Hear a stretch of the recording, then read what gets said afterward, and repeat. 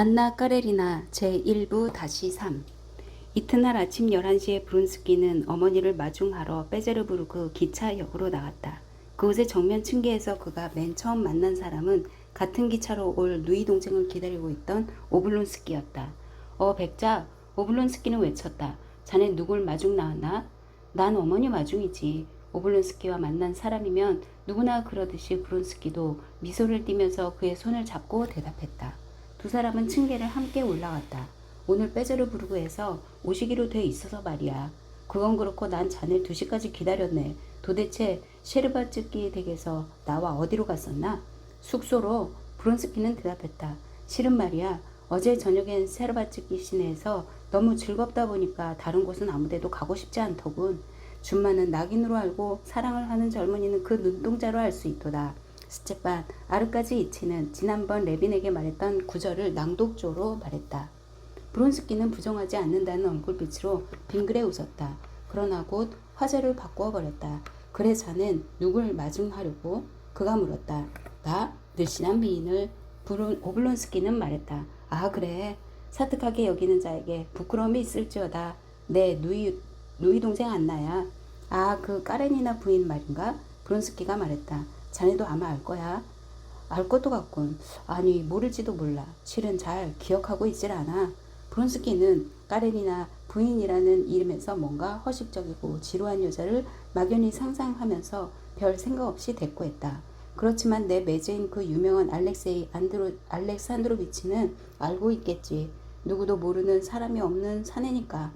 그분의 명성은 알고 있지. 얼굴도 본 적 있고 또 그분이 총명하고 학식이 꽤 있고 꽤나 종교적인 사람이라는 것도 알고 있어. 그러나 자네도 알다시피 나와 같은 부류는 아니지. 영역이 다르달까? 브론스키는 말했다. 그렇지. 그는 아주 유명한 사람이야. 다소 보수적이긴 하지만 훌륭한 사내야. 스테판 아르까지이치는 덧붙였다. 훌륭한 사내지. 그게 훨씬 듣기 좋은 표현이군. 브론스키는 빙그레 웃으면서 말했다. 아 이봐 거기 있었군. 그는 문간에 서 있던 키가 큰 어머니의 늙은 하인을 보고 말했다. 이리 들어와. 이 즈음에 와서 브론스키는 스테판 아르까지이치가 어느 누구에게나 주는 일반적인 쾌감 이외에 자기의 상상 속에서 끼지와 맺어진 것에 의해서 그에게 한층 더 친근한 느낌을 갖게 됐다. 그건 그렇고 어때? 일요일에 디바를 위해 만찬에라도 갖지 않으려나? 그는 웃음을 띠면서 상대방의 팔을 잡고 말했다. 물론이야. 사람들은 내가 부르지. 참 자네 어제 내 친구 레빈과 인사한 모양이더군. 스테판 아르까지이치가 물었다. 하긴 했어. 그런데 어찌된 일인지 그 사람은 그냥 가버렸어. 그는 정말 좋은 사람이야. 오블론스키는 계속했다. 그렇지 않아? 난 잘 모르지만 하고 브론스키는 대답했다. 일반적으로 모스크바 사람들에겐 물론 나와 지금 이야기하고 있는 사람은 빼고 그는 농담을 곁들여 말했다. 어딘지 괄괄한 데가 있어. 마치 상대방에게 어떤 느낌을 주지 않고는 못 배기겠다는 듯이 곧잘 사납게 노하는 면이 있어. 그래 그런 면이 있어. 분명히 있어. 쾌활하게 웃으면서 스테반 아르까지이치는 말했다. 어떻습니까? 곧 도착합니까? 브론스키는 역무원을 향해 물었다. 전 역을 떠났습니다. 역무원은 대답했다. 기차가 가까이 오고 있다는 것은 여간의 왁자지껄함, 짐꾼들의 다름질, 헌병과 역무원들의 출현, 마중 나온 사람들의 도착 등에 의해서 차츰차츰 뚜렷이 나타났다. 모피 반코트에 부드러운 펠트 정화를 신은 노동자들이 어지럽게 얽힌 선로를 가로질러 가는 모습이 얼어붙은 듯한 수증기를 통해 보였다. 멀리 선로 위에서 기차가 증기를 내뿜는 소리와 뭔가 무거운 것이 움직이는 육중한 울림이 들려왔다.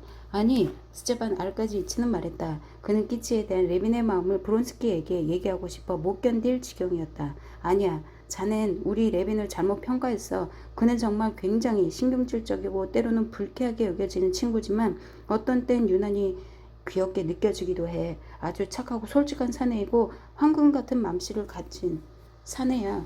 그런데 어제 저녁엔 특별한 이유가 있었지. 스테판 아르까지이치는 어제 친구에게 품었던 진지한 연민을 말끔히 잊고 지금은 브론스키에게 그와 같은 연민을 품으며 의미심장한 미소를 띠고 계속했다. 그렇지 이유가 있었어. 아주 행복하게 되든지 아주 불행하게 되든지 어느 쪽이 될 것인가 하는. 브론스키는 발을 멈추고 단도직입적으로 물었다. 말하자면 뭐야? 혹시 그자가 어제 자네 처제에게 청혼이라도 했단 말인가? 어쩌면 그랬을지도 몰라. 스테판 아르까지이치는 말했다. 어제 왠지 그런 기미가 보였으니까 그런데 말이야, 만약 그 사내가 일찍 돌아갔고 게다가 기분이 그다지 좋지 않았다면 분명히 그랬을 거야. 어쨌든 그 친구의 사랑은 꽤 오래됐으니까 나도 무척 안 됐다고 생각해. 아, 그래. 하지만 그런 여자쯤 되면 더 훌륭한 배필을 계산해 놓고 있지 않을까 생각하는데. 브론스키는 말하고 나서 가슴을 쭉 펴고 다시 걷기 시작했다. 그렇지만 난 그자를 알지 못하니까 말이야. 하고 그는 덧붙였다. 그래, 그건 어려운 처지야. 그 때문에 많은 남자들이 클라라인지 뭔지 하는 그런 여자들과 사귀려고 하는 거지. 그쪽에서는 실패가 돈이 모자라는 것만을 증명할 뿐이지만 이쪽에서는 품위가 저울질을 당한단 말이야. 그건 그렇고 기차가 들어온 모양이야. 아닌 게 아니라 멀리서 기관차가 이미 기적을 울렸다. 2, 3분 지나자 플랫폼이 진동하기 시작하고 냉기로 인해 아래로 가라앉는 증기를 내뿜으며 한가운데 차박해 지렛대를 천천히 규칙적으로 신축시키면서 기관차가 지나갔다. 기차 안에서는 방향구로 둘러싼 몸뚱이가 서리에 덮여 하얗게 된 기관사가 꾸벅 절을 하고 있었다. 그리고 탄 수차에 이어 차츰 속력을 줄이면서 그러나 더욱 세차게 플랫폼을 진동시키면서 수화물과 멍멍 지저대는 개들을 실은 화물차가 지나갔고 마지막으로 정차하기 직전에 동요를 일으키면서 객차가 다가왔다. 미나란 차장은 호각을 불면서 달리는 객차에서 뛰어내렸다. 그에 이어 성급한 승객들이 한 사람씩 차에서 내리기 시작했다. 근위사관은 몸가짐을 바로잡고 정중히 사방을 둘러보면서 가방을 든 약삭 빠른 상인은 싱글벙글 즐겁게 웃으면서 농부는 큰 보찜을 어깨에 짊어지고 내렸다. 오블론스키와 나란히 서 있던 브론스키는 객차와 거기서 나오고 있는 여객들의 정신이 팔려 어머니에 대해서는 완전히 잊어버렸다. 방금 듣고 알게 된 끼치에 관한 일은 그를 자극하고 즐겁게 했다. 그의 마음은 저절로 펴지고 눈은 발랄하게 빛났다. 그는 자기가 승리자처럼 느껴졌다. 브론스카이어 백작 부인은 이 칸에 계십니다. 미나란 차장이 브론스키 쪽으로 다가오면서 말했다. 차장의 말에 그는 정신을 차렸다. 그러고는 어머니를, 눈앞에 닥쳐있는 그녀와의 대면을 생각해냈다. 그는 마음속으로 어머니를 존경하고 있지 않았고 무의식적으로 그녀를 사랑하지 않았다. 그저 자기가 속해 있는 사회의 분위기와 자기의 교양에서 비롯된 극도의 순종과 공경의 태도 외에는 스스로에게 허용할 수가 없었다. 그래서 그는 마음속에 어머니에 대한 사랑과 존경이 적으면 적을수록 겉으로는 더욱더 순종하고 공손해지는 것이었다. 브론스키는 차장의 뒤를 따라 그 차량 쪽으로 갔다. 그러고는 차가 안에 입구에서 마침 나오고 있던 부인에게 길을 비켜주기 위해 멈춰섰다. 사극에 출입하는 사람이면 누구나 가지고 있는 감각으로 브론스키는 이 부인의 외양을 보고 첫눈에 그녀가 상류사회에 속하는 사람이라는 것을 알았다. 그는 그녀에게 인사를 하고 막 차간 안으로 들어가려 했으나 한 번도 그녀를 보고픈 참기 어려운 욕구를 느꼈다. 그녀가 굉장한 미인이었기 때문도 아니고 또 그녀의 자태에서 느껴지는 조촐하고 소박한 아름다움에 마음이 끌렸기 때문도 아니었다. 다만 그녀가 그의 옆을 지나쳤을 때 그 귀염성 있는 얼굴에서 뭔가 유달리 정답고 부드러운 것이 느껴졌기 때문이었다. 그가 돌아다 보았을 때 그녀 또한 고개를 돌렸다. 짙은 속눈썹 때문에 까맣게까지 보였던 그녀의 반짝이는 회색 눈은 마치 그를 알고 있기라도 하듯이 다정하고 주의 깊게 그의 얼굴에 머물렀으나 이내 또 누군가를 찾는 듯 지나가는 군중 쪽으로 옮겨졌다. 이 짧은 시선으로 브론스키는 재빨리 그녀의 얼굴 가운데서 눈일기도 하고 반짝이는 두 눈과 살포시 지는 미소로 실그러진 붉은 입술 사이를 팔딱팔딱 뛰어다니기도 하는 짓눌린 생기를 알아챘다. 마치 과잉된 무언가가 몸속에 넘쳐 흐르다가 그녀의 의지에 반해서 때론 그 눈의 반짝임 속에 때론 그 미소 가운데 나타나는 것만 같았다. 그녀는 일부러 눈 속의 빛을 꺼뜨리려 했다. 그러나 그 빛은 그녀의 의지를 거슬러 그 엷은 미소 속에서 반짝반짝 빛을 냈다. 브론스키는 객차 안으로 들어갔다. 검은 눈에 곱슬곱슬한 머리털을 한 야윈 노파인 그의 어머니는 눈을 가늘게 뜨고 아들의 얼굴을 쳐다보면서 얇은 입술로 살짝 미소 지었다. 그녀는 좌석에서 일어나 몸종에게 손수건을 건네고 조그마한 야윈 손을 아들에게 내밀었다. 그러고는 그 손에 키스하기 위해 숙여진 아들의 머리를 도로 치켜들어 그 얼굴에 입을 맞추었다. 전보는 받았지? 별일 없었지? 다행이야. 여행은 편안하셨어요? 그녀 곁에 앉으면서 무의식 중에 문 밖에서 들리는 여인의 목소리에 귀를 기울이며 아들은 말했다. 그는 입구에서 마주쳤던 그 부인의 목소리라는 것을 알아챘다. 역시 전 당신에게 동의할 수 없어요. 하고 말하는 그 부인의 목소리가 들렸다. 빼제를 부르듯이 견해로군요 부인. 빼주려 부르시기 아니에요. 그저 여자의 견해예요. 하고 그녀는 대답했다. 그럼 당신 손에 입을 맞추게 해주십시오. 잘 가요. 이반 빼트로비치. 그리고 오라버니가 거기 어디 계신지 좀 찾아봐 주세요. 계시면 이곳으로 보내주세요. 바로 문 옆에서 부인은 이렇게 말하고 다시 객차 안으로 들어왔다. 어떻게 되었어요? 오라버님은 찾으셨어요? 브론스카야 부인은 부인을 돌아보면서 말했다. 브론스키는 그제야 그녀가 까레니나 부인이라는 것을 알아챘다. 오라버니는 저기 나와 계십니다. 그는 일어서면서 말했다. 이거 몰라 배워서 정말 죄송합니다. 그저 잠깐 뵌 적이 있을 뿐이어서요. 머리를 숙이면서 브론스키는 말했다. 아마도 당신도 절 잘 기억하지 못하실 겁니다. 어머나 그렇지 않아요. 그녀는 말했다. 오히려 제가 알아보았어야 했는걸요. 당신 어머님하고 오는 내내 당신 얘기만 했으니까요. 그녀는 아까부터 밖으로 나오고 싶어 발버둥치고 있던 그 생기를 마침내 미소로 나타내면서 말했다. 그건 그렇고 오라버니는 아직도 오시지 않는군요. 내가 좀 불러드려라 알려사.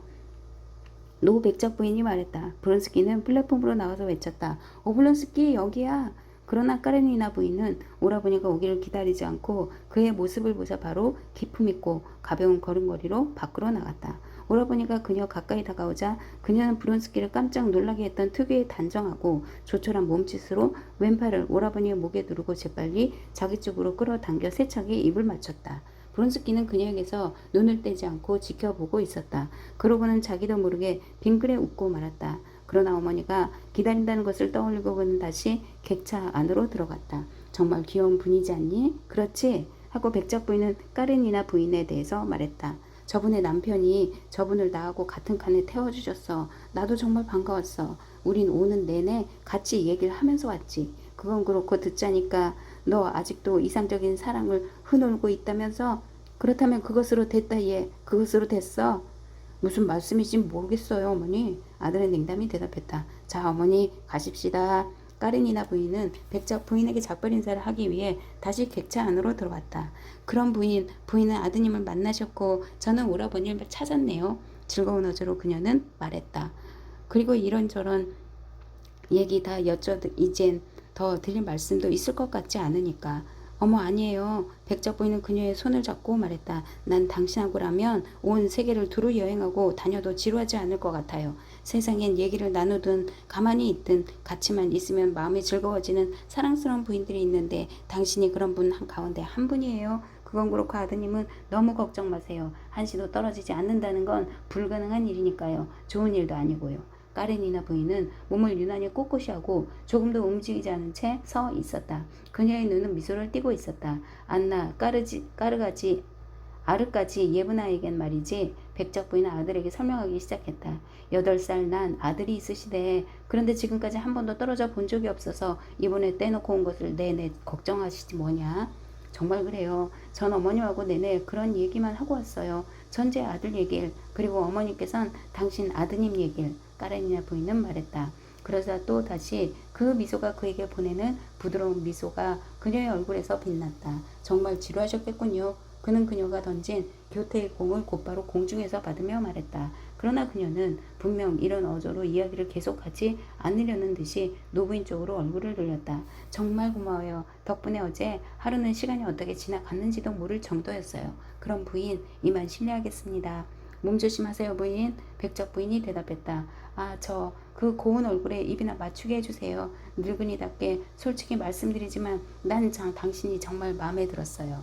그것이 아무리 그녀를 죽이는 말이었다고나 하나 까레니나 부인은 진심으로 믿고 기뻐하는 것처럼 보였다. 그녀는 얼굴을 붉히고 가볍게 몸을 숙여 백작 부인의 입술에 자기 얼굴을 갖다 댄 다음 다시 몸을 쭉 펴고 입술과 눈 사이에서 물결치는 좀 전과 똑같은 미소를 띠고 브론스키에게 손을 내밀었다. 그는 자기에게 주어진 조그만 손을 쥐고 마치 뭔가 특별한 것을 대하듯 힘차고 대담하게 그의 손을 흔드는 그녀의 정력적인 악수를 즐겁게 받았다. 그녀는 제법 푼만한 몸뚱이를 기묘할 만큼 가볍게 움직이며 빠르게 걸어나갔다. 정말 사랑스러운 분이야. 노부인이 말했다. 똑같은 생각을 그녀의 아들도 하고 있었다. 그는 부인의 우아한 모습이 사라질 때까지 그녀를 눈으로 뒤쫓고 있었다. 그동안 미소가 그의 얼굴에서 떠나지 않았다. 그는 그녀가 오라버니에게 다가가 그녀의 손을 오라버니 손 위에 얹고 분명 자기와는 즉 브론스키와는 아무런 관계도 없을 무언가를 활기 있게 이야기하는 모습을 창문으로 지켜보았다.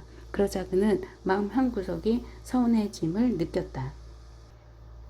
그건 그렇고 어머니, 집안은 모두 여전한가요? 그는 어머니를 돌아보면서 다시 물었다. 여전하다마다 말할 것도 없지. 알렉산드르는 더 귀여워졌고 마리아도 무척 예뻐졌지. 그 앤 정말 재미있는 애야. 그리고 그녀는 또다시 가장 재미있었던 일에 대해서 이야기하기 시작했다. 그 때문에 자기가 일부러 베제르부르크까지 나갔던 손자의 세례에 대한 얘기며 마다들에게 황제가 내린 각별한 은총에 관한 얘기를 라브렌치가 왔어요. 브론스키는 창문을 내다보며 말했다. 괜찮으시면 이제 슬슬 나가실까요? 백작 부인과 동행한 노 집사가 준비가 다 됐다는 것을 알리려고 객차 안으로 들어왔다. 그러자 부인은 나가려고 몸을 일으켰다.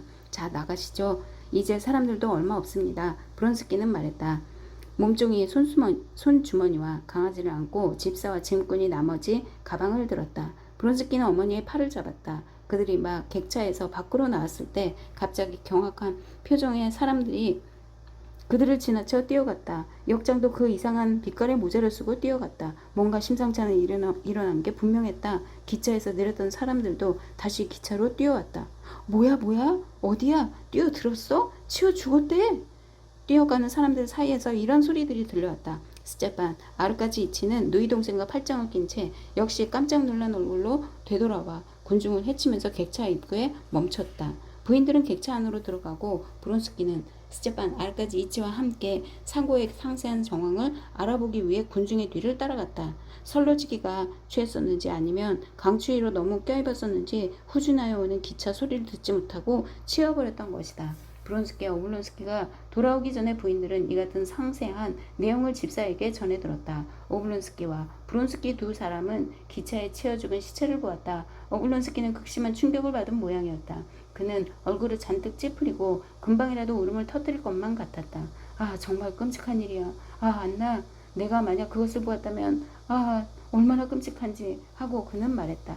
브론스키는 말이 없었다. 그의 아름다운 얼굴은 정색을 하고 있었지만 아주 침착했다. 아, 당신이 만약 그걸 보셨더라면 백작 부인 스테판 아르까지이치는 말했다. 그 사내의 아내도 거기 있었습니다만 그 광경은 차마 볼 수 없었어요. 시체에 매달려서 그는 혼자 걸어서 많은 식구들을 먹여 살려왔다는군요. 그러니 큰일이에요. 그 여자를 위해서 뭐라도 해줄 수 있는 일이 없을까요? 안정을 잃은 목소리로 까렌이나 부인이 조용히 말했다. 브론스키는 그녀의 얼굴을 흘낏 쳐다보고 바로 객차에서 나갔다. 곧 돌아오겠습니다, 어머니. 그는 문간에서 돌아보면서 말했다. 2, 3분쯤 지나 그가 다시 돌아왔을 때 스테판 아르까지이치는 이미 백작 부인과 함께 신인 오페라 여가수에 대한 이야기를 하는 중이었다. 그러나 백작 부인은 아들이 돌아오기를 기다리며 안절부절 못하고 문 쪽만 돌아보고 있었다. 자, 이제 가시지요. 들어오면서 브론스키가 말했다. 그들은 다 함께 객차를 나왔다. 브론스키는 어머니와 함께 앞장섰다. 그 뒤를 따라 까렌이나 부인이 오라버니와 나란히 갔다. 역 출구에서 그들을 뒤쫓아온 역장이 브론스키에게 다가왔다. 당신이 저희 조역한테 200루블을 주셨더군요. 죄송하지만 그걸 누구에게 주시라는 건지 몰라서 말씀이에요. 과부가 된 여자에게죠. 브론스키는 어깨를 움츠리면서 말했다. 새삼스럽게 물어보실 것까진 없잖아요. 자네가 줬다고? 등 뒤에서 오블론스키가 외쳤다. 그러고는 누이의 손을 꽉 쥐면서 덧붙였다. 정말 인정이 있군. 정말 인정이 있어. 그렇지 않아? 훌륭한 남자잖아. 그럼 백작부인 실례하겠습니다. 그러고서 그는 누이와 함께 그녀의 하늘을 찾기 위해서 그 자리에 멈춰섰다. 그들이 역을 나왔을 때 브론스키의 사륜 여행마차는 떠나고 없었다. 여기서 나오는 사람들은 여전히 조금 전에 일어났던 사건에 대해 서로들 이야기하고 있었다. 정말 무서운 죽음도 다 있군. 한 신사가 옆을 지나치면서 말했다. 두동강이 나버렸다고 하더군 그래. 난 반대로 가장 손쉽고 순간적인 죽음이라고 생각해. 다른 사람이 토를 달았다. 어떻게 달리 방도를 취할 법도 한 일이었는데 말이야. 까렌이나 부인은 사륜 여행마차에 올라탔다. 스테판 아르까지이치는 그녀가 입술을 바르르 떨며 간신히 눈물을 억누르고 있다는 것을 알아채고 놀랐다. 왜 그러니 안나? 그는 몇백 사죄쯤 왔을 때 물었다. 불길한 징조예요. 그녀는 말했다. 쓸데없는 소릴. 스테판 아르까지치는 말했다. 내가 와줬다는 게 가장 중요한 일이야. 넌 상상하기조차 어려울 테지만 난 너에게 얼마나 기대를 걸고 있는지 모른다. 그런데 오라버니는 브론스키를 오래 전부터 알고 계셨어요? 그녀는 물었다. 그렇지. 너도 아는지 모르겠지만 우린 끼찌를 그 사람에게 출가시켰으면 하고 있어. 그래요? 안나는 조용히 말했다. 자, 이제 오라버니 얘기를 들려주세요. 그녀는 마치 뭔가 지나치게 자기를 억누르고 있는 방해물을 몸에서 떨쳐 내려는 듯이 머리를 흔들면서 덧붙였다. 오라버니 일에 대해서 얘기해 주세요. 난 오라버니 편지를 받고 이렇게 일부러 왔으니까요. 그런 모든 희망을 너에게 걸고 있으니까. 스테판 아르가지치는 말했다. 그러니까 자, 모조리 이야기해 보세요. 스테판 아르가지치는 이야기를 시작했다. 집에 도착하자 오블론스키는 누이를 부축하여 마차에서 내리게 하고 한숨을 들게 내뿜으며 그녀의 손을 꽉 쥐고 나서 관서로 갔다. 안나가 방으로 들어갔을 때 돌리는 조그만 응접실에 잘 잡고 앉아 이제는 벌써 영락없는 아버지 모습인 금발의 토실토실한 사내아이를 상대로 프랑스어 읽기를 살펴주고 있었다. 어린이는 금방이라도 떨어질 것만 같은 재킷 단추를 손가락으로 베베꼬아 잡아 떼려고 애쓰면서 읽고 있었다. 그럴 때마다 어머니는 그 손을 떼어 놓았지만 오동포동하고 귀여운 손은 금방 또 단추를 잡았다. 어머니는 단추를 잡아 떼어 자기 호주머니에 넣어버렸다. 손을 좀 가만히 두지 못해 그리샤. 그녀는 말하고 나서 또다시 오랫동안 일거리로 삼아온 모포를 들었다. 이것은 울적할 때면 언제나 그녀가 붙드는 일로 지금도 그녀는 손가락으로 젖혔다. 코를 샜다 하면서 신경질적으로 그것을 뜨고 있었다. 그녀는 비록 어제 남편의 누이가 오건 말건 자기와는 아무 상관이 없는 일이라고 남편에게 알아서 하도록 일러두긴 했지만 그녀 역시 안나를 맞을 준비를 하고 가슴을 두근거려가면서 신우이를 기다리고 있었다. 돌리는 자기 슬픔에 빠져 그로부터 헤어나오지 못하고 있었다. 그러나 그녀는 신우이 안나가 베제르부르크 주요 인사의 아내이고 베제르부르크의 부인이라는 것을 알고 있었다. 때문에 그녀는 남편에게 퍼부었던 대로 하지는 않았다. 말하자면 신우이가 온다는 것을 잊고 있지는 않았다. 그래 어쨌든 안나에겐 아무런 잘못도 없다.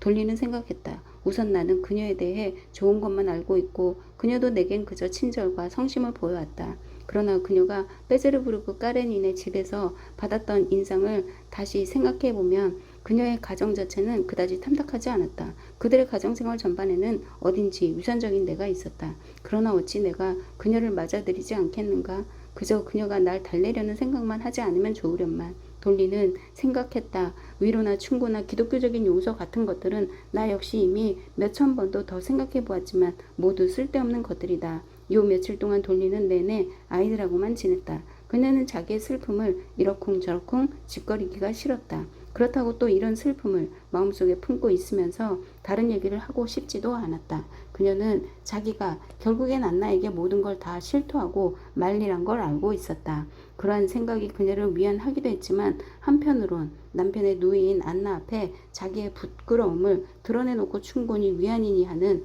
미리 준비된 문구를 드려야 한다는 생각이 그녀의 마음을 어지럽히기도 했다.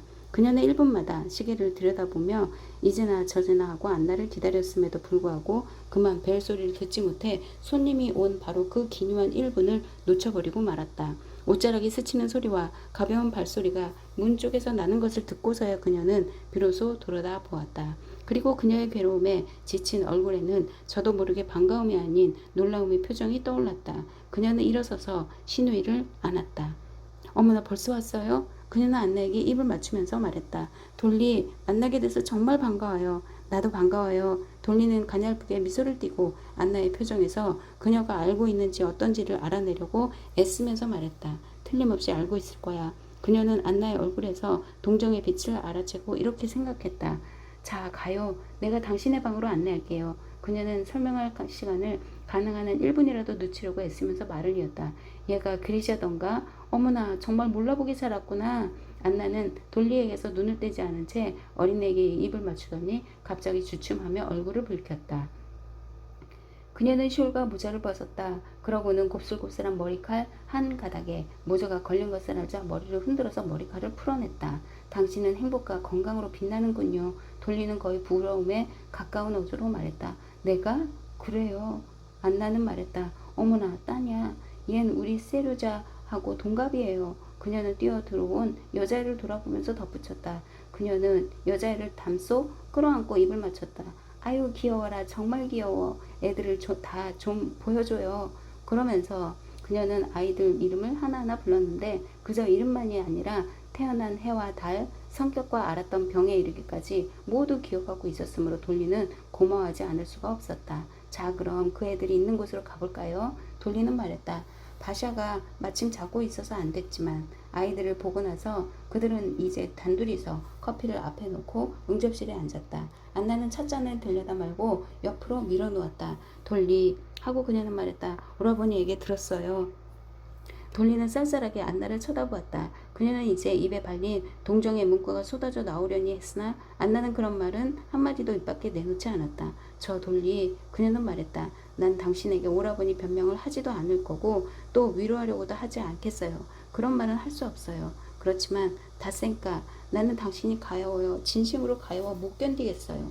안나의 반짝이는 눈동자를 둘러싼 짙은 속눈썹 아래서 갑자기 눈물이 솟았다. 그녀는 옳게 옆으로 바싹 옮겨 앉아 그 조그만 손으로 상대의 손을 힘차게 꼭 쥐었다. 돌리는 그것을 물리치지는 않았다. 그러나 여전히 덤덤한 표정을 바꾸지 않았다. 그녀는 말했다. 나를 위로한다는 건 헛일이에요. 그 일이 있은 후에 나는 모든 것을 잃어버리고 말았어요. 모든 것이 다 파멸이에요. 이렇게 말하자마자 그녀의 얼굴 표정은 갑자기 누그러졌다. 안나는 돌리의 마르고 야윈 손을 들어 입 맞추고 말했다. 그렇지만 돌리 어떻게 하겠어요? 어떻게 하겠어요? 이처럼 끔찍한 경우에는 어떻게 하는 게 좋을지 바로 그것을 생각해야만 해요. 모든 것이 다 끝났어요. 더 이상 해야 할 일은 아무것도 없어요. 돌리는 말했다. 그런데 무엇보다도 곤란한 것은 당신도 아실 테지만 내가 그 일을 버릴 수 없다는 거예요. 아이들도요. 난 묶여 있어요. 그럼에도 난 그이와 함께 살 수는 없어요. 난 그 일을 보는 것이 괴로워요. 돌리 이봐요. 난 오라버니에게 상황을 듣긴 했지만 당신에게도 한번 듣고 싶어요. 죄다 이야기해봐요. 돌리는 미심쩍은 눈으로 그녀의 얼굴을 바라보았다. 거짓 없는 연민과 사랑이 안나의 얼굴에 나타나 있었다. 그럼 얘기하겠어요. 돌리는 불쑥 말했다. 처음부터 이야기하겠어요. 내가 어떻게 결혼했는지는 당신도 알고 있을 거예요. 난 어머니의 교육 덕에 천진하다 못해 어리석었어요. 난 아무것도 몰랐죠. 남편은 아내에게 자기의 과거 생활을 이야기하는 거라더군요. 하지만 스치반은 하고 말하려다 그녀는 고쳐 말했다. 스테판 아르까지이치는 나에게 아무것도 이야기해 주질 않았어요. 당신은 믿지 않으시겠지만 난 지금까지 정말 그이가 아는 여자는 나 하나뿐인 줄만 알았어요. 그렇게 나는 8년은 살아왔어요. 그래서 난 그이가 불성실한 짓을 하리라고는 꿈에도 생각 못했고 그런 짓은 있을 수도 없는 일로 여기고 있었어요. 그런데 말이에요. 좀 생각해보세요. 그렇게 여기고 있었는데 느닷없이 그처럼 끔찍한 짓을 그런 더러운 짓을 하고 있다는 걸 알게 됐으니 말이에요. 당신은 내 마음을 아실 거예요. 내가 행복이라고 믿었던 게 벼랑간에 돌리는 북받치는 울음을 억누르면서 계속했다. 그런 편지가 나왔단 말이에요. 그이가 좋아하는 여자에게 우리 집 가정교사에게 쓴 편지 말이에요. 이건 정말 너무하잖아요. 그녀가 얼른 손수건을 꺼내 얼굴을 가렸다. 그야 나도 잠깐 바람이 나서 그랬다고 이해할 수 있지만 그녀는 잠시 말이 없다가 다시 계속했다. 그러나 이렇게 교활하고 능글맞게 날 속여왔다는 건 게다가 상대가 누군가요? 그 여자하고 관계를 계속하면서 내 남편으로 있었다는 것은 정말 무서운 일이에요. 당신은 잘 모르실 테지만 말이에요. 아니에요. 나도 잘 알아요. 알다마다요. 돌리 알고 있어요. 그녀의 손을 쥐면서 안나는 말했다. 당신은 그이가 나의 이런 끔찍함을 모두 알고 있다고 생각하겠죠? 돌리는 생각 계속했다. 그러나 어림도 없어요. 그이는 행복하고 또 만족해하고 있어요. 아니에요. 그렇지 않아요. 안나는 냉큼 말을 가로챘다. 오라버니는 불행해하고 있어요. 그분은 죽도록 후회하고 있어요. 그이가 후회할 줄 아는 사람일까요? 돌리는 신우의 얼굴을 찬찬히 쳐다보면서 가로막았다. 그럼요. 난 오라버니를 잘 알아요. 그분을 보자 난 가여운 생각이 들었어요. 우린 둘 다 그분을 잘 알고 있잖아요. 그분은 속이 좋지만 좀 오만한 데가 있어요. 그러나 이번엔 풀이 많이 꺾였어요. 무엇보다도 내가 감동한 점은 말이에요. 안나는 돌리의 마음을 움직이게 할 요긴한 말을 생각해냈다. 오라버니는 두 가지 일로 괴로워하고 있다는 거예요. 하나는 아이들에게 부끄럽다는 것이고 또 하나는 당신을 사랑하고 있으면서 그래요. 이 세상 무엇보다도 사랑하고 있으면서 그녀는 토를 달고 나서려는 돌리를 냉큼 가로막았다. 당신의 마음을 괴롭게 하고 당신을 슬프게 했다는 거예요. 아니야, 아니야. 그 사람은 용서해주지 않을 거야 하고 연신 입버릇처럼 되풀이하고 있었어요. 돌리는 그녀의 말을 들으면서 생각에 잠긴 듯이 신우이 옆으로 시선을 떨구고 있었다. 그래요, 그야. 나도 그의 입장이 괴롭다는 걸 알고 있어요. 죄 없는 사람보다 죄 지은 사람이 더 괴롭게 마련이니까요. 그녀는 말했다.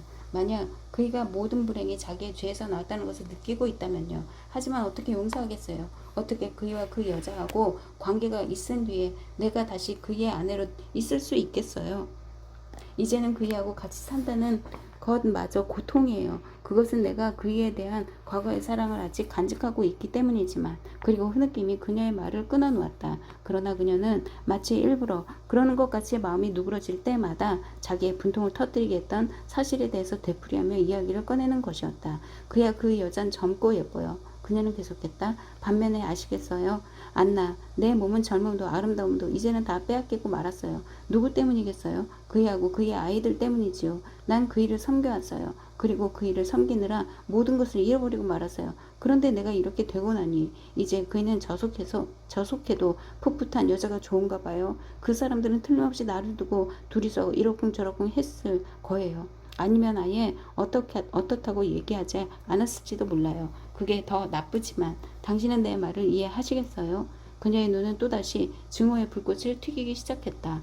이런 일이 있은 뒤에도 그이는 또 나에게 온갖 이야기를 할 거예요. 그렇지만 내가 또 그걸 어떻게 믿겠어요? 이젠 틀렸어요. 이제 모든 것이 다 끝나버렸어요. 위로가 되어 왔던 것, 괴로움과 노고의 보상이 되어 왔던 것도 모두 사라져 버렸어요. 당신은 내 말을 믿을 수 있나요? 난 조금 전까지만 해도 그리자를 가르치고 있었어요. 전에는 이런 것도 즐거움이었어요. 하지만 지금은 괴로움이에요. 무엇 때문에 나는 애를 쓰고 고생을 하고 있는 거죠? 아이들은 무엇 때문에 있는 거죠? 내 마음이 이렇게 갑자기 뒤집혀 버렸다는 건 정말 무서운 일이에요. 지금 내 마음속엔 사랑과 부드러움 대신 그이에 대한 증오가 있을 뿐이에요. 그래요, 증오예요. 나는 정말 그 일을 죽여버리기라도 했으면 좋겠어요. 그리고 다샘과 돌리, 나도 잘 알아요. 그렇지만 이제 너무 자신을 괴롭히지는 말아요. 당신은 모든 게 제대로 보이지 않을 만큼 몹시 성이 나고 흥분해 있어요. 돌리는 마음을 가라앉혔다. 두 사람은 몇 분간 말이 없었다.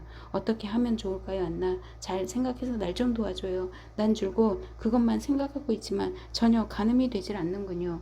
안나로서도 딱히 신통한 생각이 떠오르지 않았다. 그러나 그녀의 마음은 올케이 한마디 한마디에 그 표정 하나하나에 공감하고 있었다. 내가 한마디만 할게요. 하고 안나는 입을 열었다. 난 그분의 누이니까 그분의 성격을 잘 알고 있어요. 무슨 일이든 금방 잊어버리는 성격도. 그녀는 이마 앞에서 손짓을 했다. 유혹에 빠지기 쉬운 성격도요. 하지만 또 곧잘 후회하기도 해요. 오라버니는 지금 어떻게 그런 짓을 할 수 있었는지 자기 스스로도 이상하게 여긴 나머지 멍해 있을 정도예요. 아니에요. 그이는 알고 있어요. 그이는 알고 있었어요. 돌리는 말을 가로막았다. 그리고 당신은 지금 나의 처지를 잊고 있어요. 그런 말이 내 마음을 평쾌할 수 있을까요? 가만히 있어봐요. 싫은 말이에요. 오라버니에게 처음 이야기를 들었을 땐 난 미처 당신의 괴로운 입장을 잘 몰랐어요. 난 그저 오라버니에 관해서 그리고 가정의 파괴라는 것만을 생각했어요. 그리고 오라버니가 가엾게 여겨줬어요. 그러나 당신하고 이야기를 하고 보니 난 여자로서 또 다른 것을 보게 됐어요. 난 당신의 괴로움을 보았어요. 그리고 말할 수 없을 만큼 당신이 가엾다는 생각이 들어요. 그렇지만 이거 봐요. 돌리 다생까 난 당신의 괴로움에 정말로 공감하지만 한 가지 알 수 없는 게 있어요. 나는 알지 못해요. 난 몰라요. 당신의 마음속에 오라버니에 대한 사랑이 얼마나 남아있는지, 용서할 수 있을 만큼의 사랑이 아직 남아있는지, 어떤지는 당신만이 알고 있을 테니까요. 만약 그만큼의 사랑이 있다면 그분을 용서해 주세요. 아니요 하고 돌리는 말하려고 했다. 그러나 안나가 또 한 번 그녀의 손에 입을 맞추면서 말을 가로챘다. 난 당신보다는 세상 물정을 좀 더 알아요. 그녀는 말했다. 난 스티바 같은 류의 사람들도 알고 또 그들이 이러한 일을 어떻게 보고 있는지도 알아요. 당신은 오라버니가 그 여자와 함께 당신에 대해 이러니 저러니 이야기한 것처럼 없죠.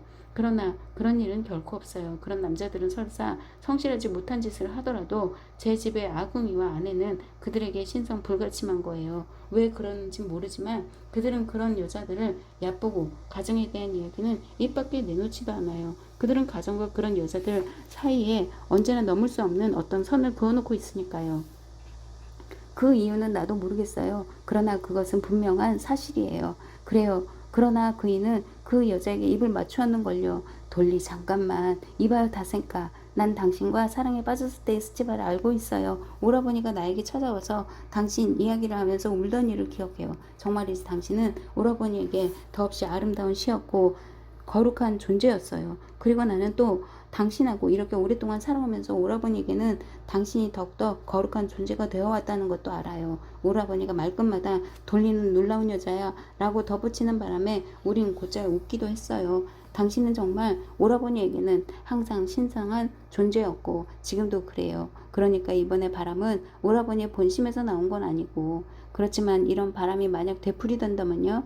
그런 일이 있을 턱이 있겠어요? 난 그렇게 생각해요. 그래요. 그렇지만 당신이라면 용서하겠어요? 그건 모르죠. 판단할 수 없어요. 아니에요. 용서할 수 있어요. 잠깐 생각하고 나서 안나는 말했다. 그러고는 머릿속으로 그러한 경우를 상상하고 마음의 저울에 달아보면서 덧붙였다. 아니에요. 할 수 있어요. 할 수 있어요. 그럼요. 나는 용서하겠어요. 저야 물론 전과 같지는 않겠죠. 그래요. 그렇지만 용서는 하겠어요. 마치 그런 일이 없었던 것처럼 전혀 없었던 것처럼 깨끗이 용서하겠어요. 그래요. 물론이죠. 돌리는 자신이 몇 번이고 생각했던 것을 이야기하는 듯한 어조로 얼른 가로챘다. 그렇지 않고는 용서했다고 할 수 없으니까요. 용서할 바에야 깨끗이 용서해야죠. 자 가요. 내가 당신의 방으로 안내하겠어요. 그녀는 일어서면서 말했다. 그러고는 가던 도중에 안나를 깨워놨다. 아 안나 정말 당신이 와주어서 얼마나 기쁜지 몰라요. 내 마음이 가뿐해졌어요. 훨씬 가벼워졌어요.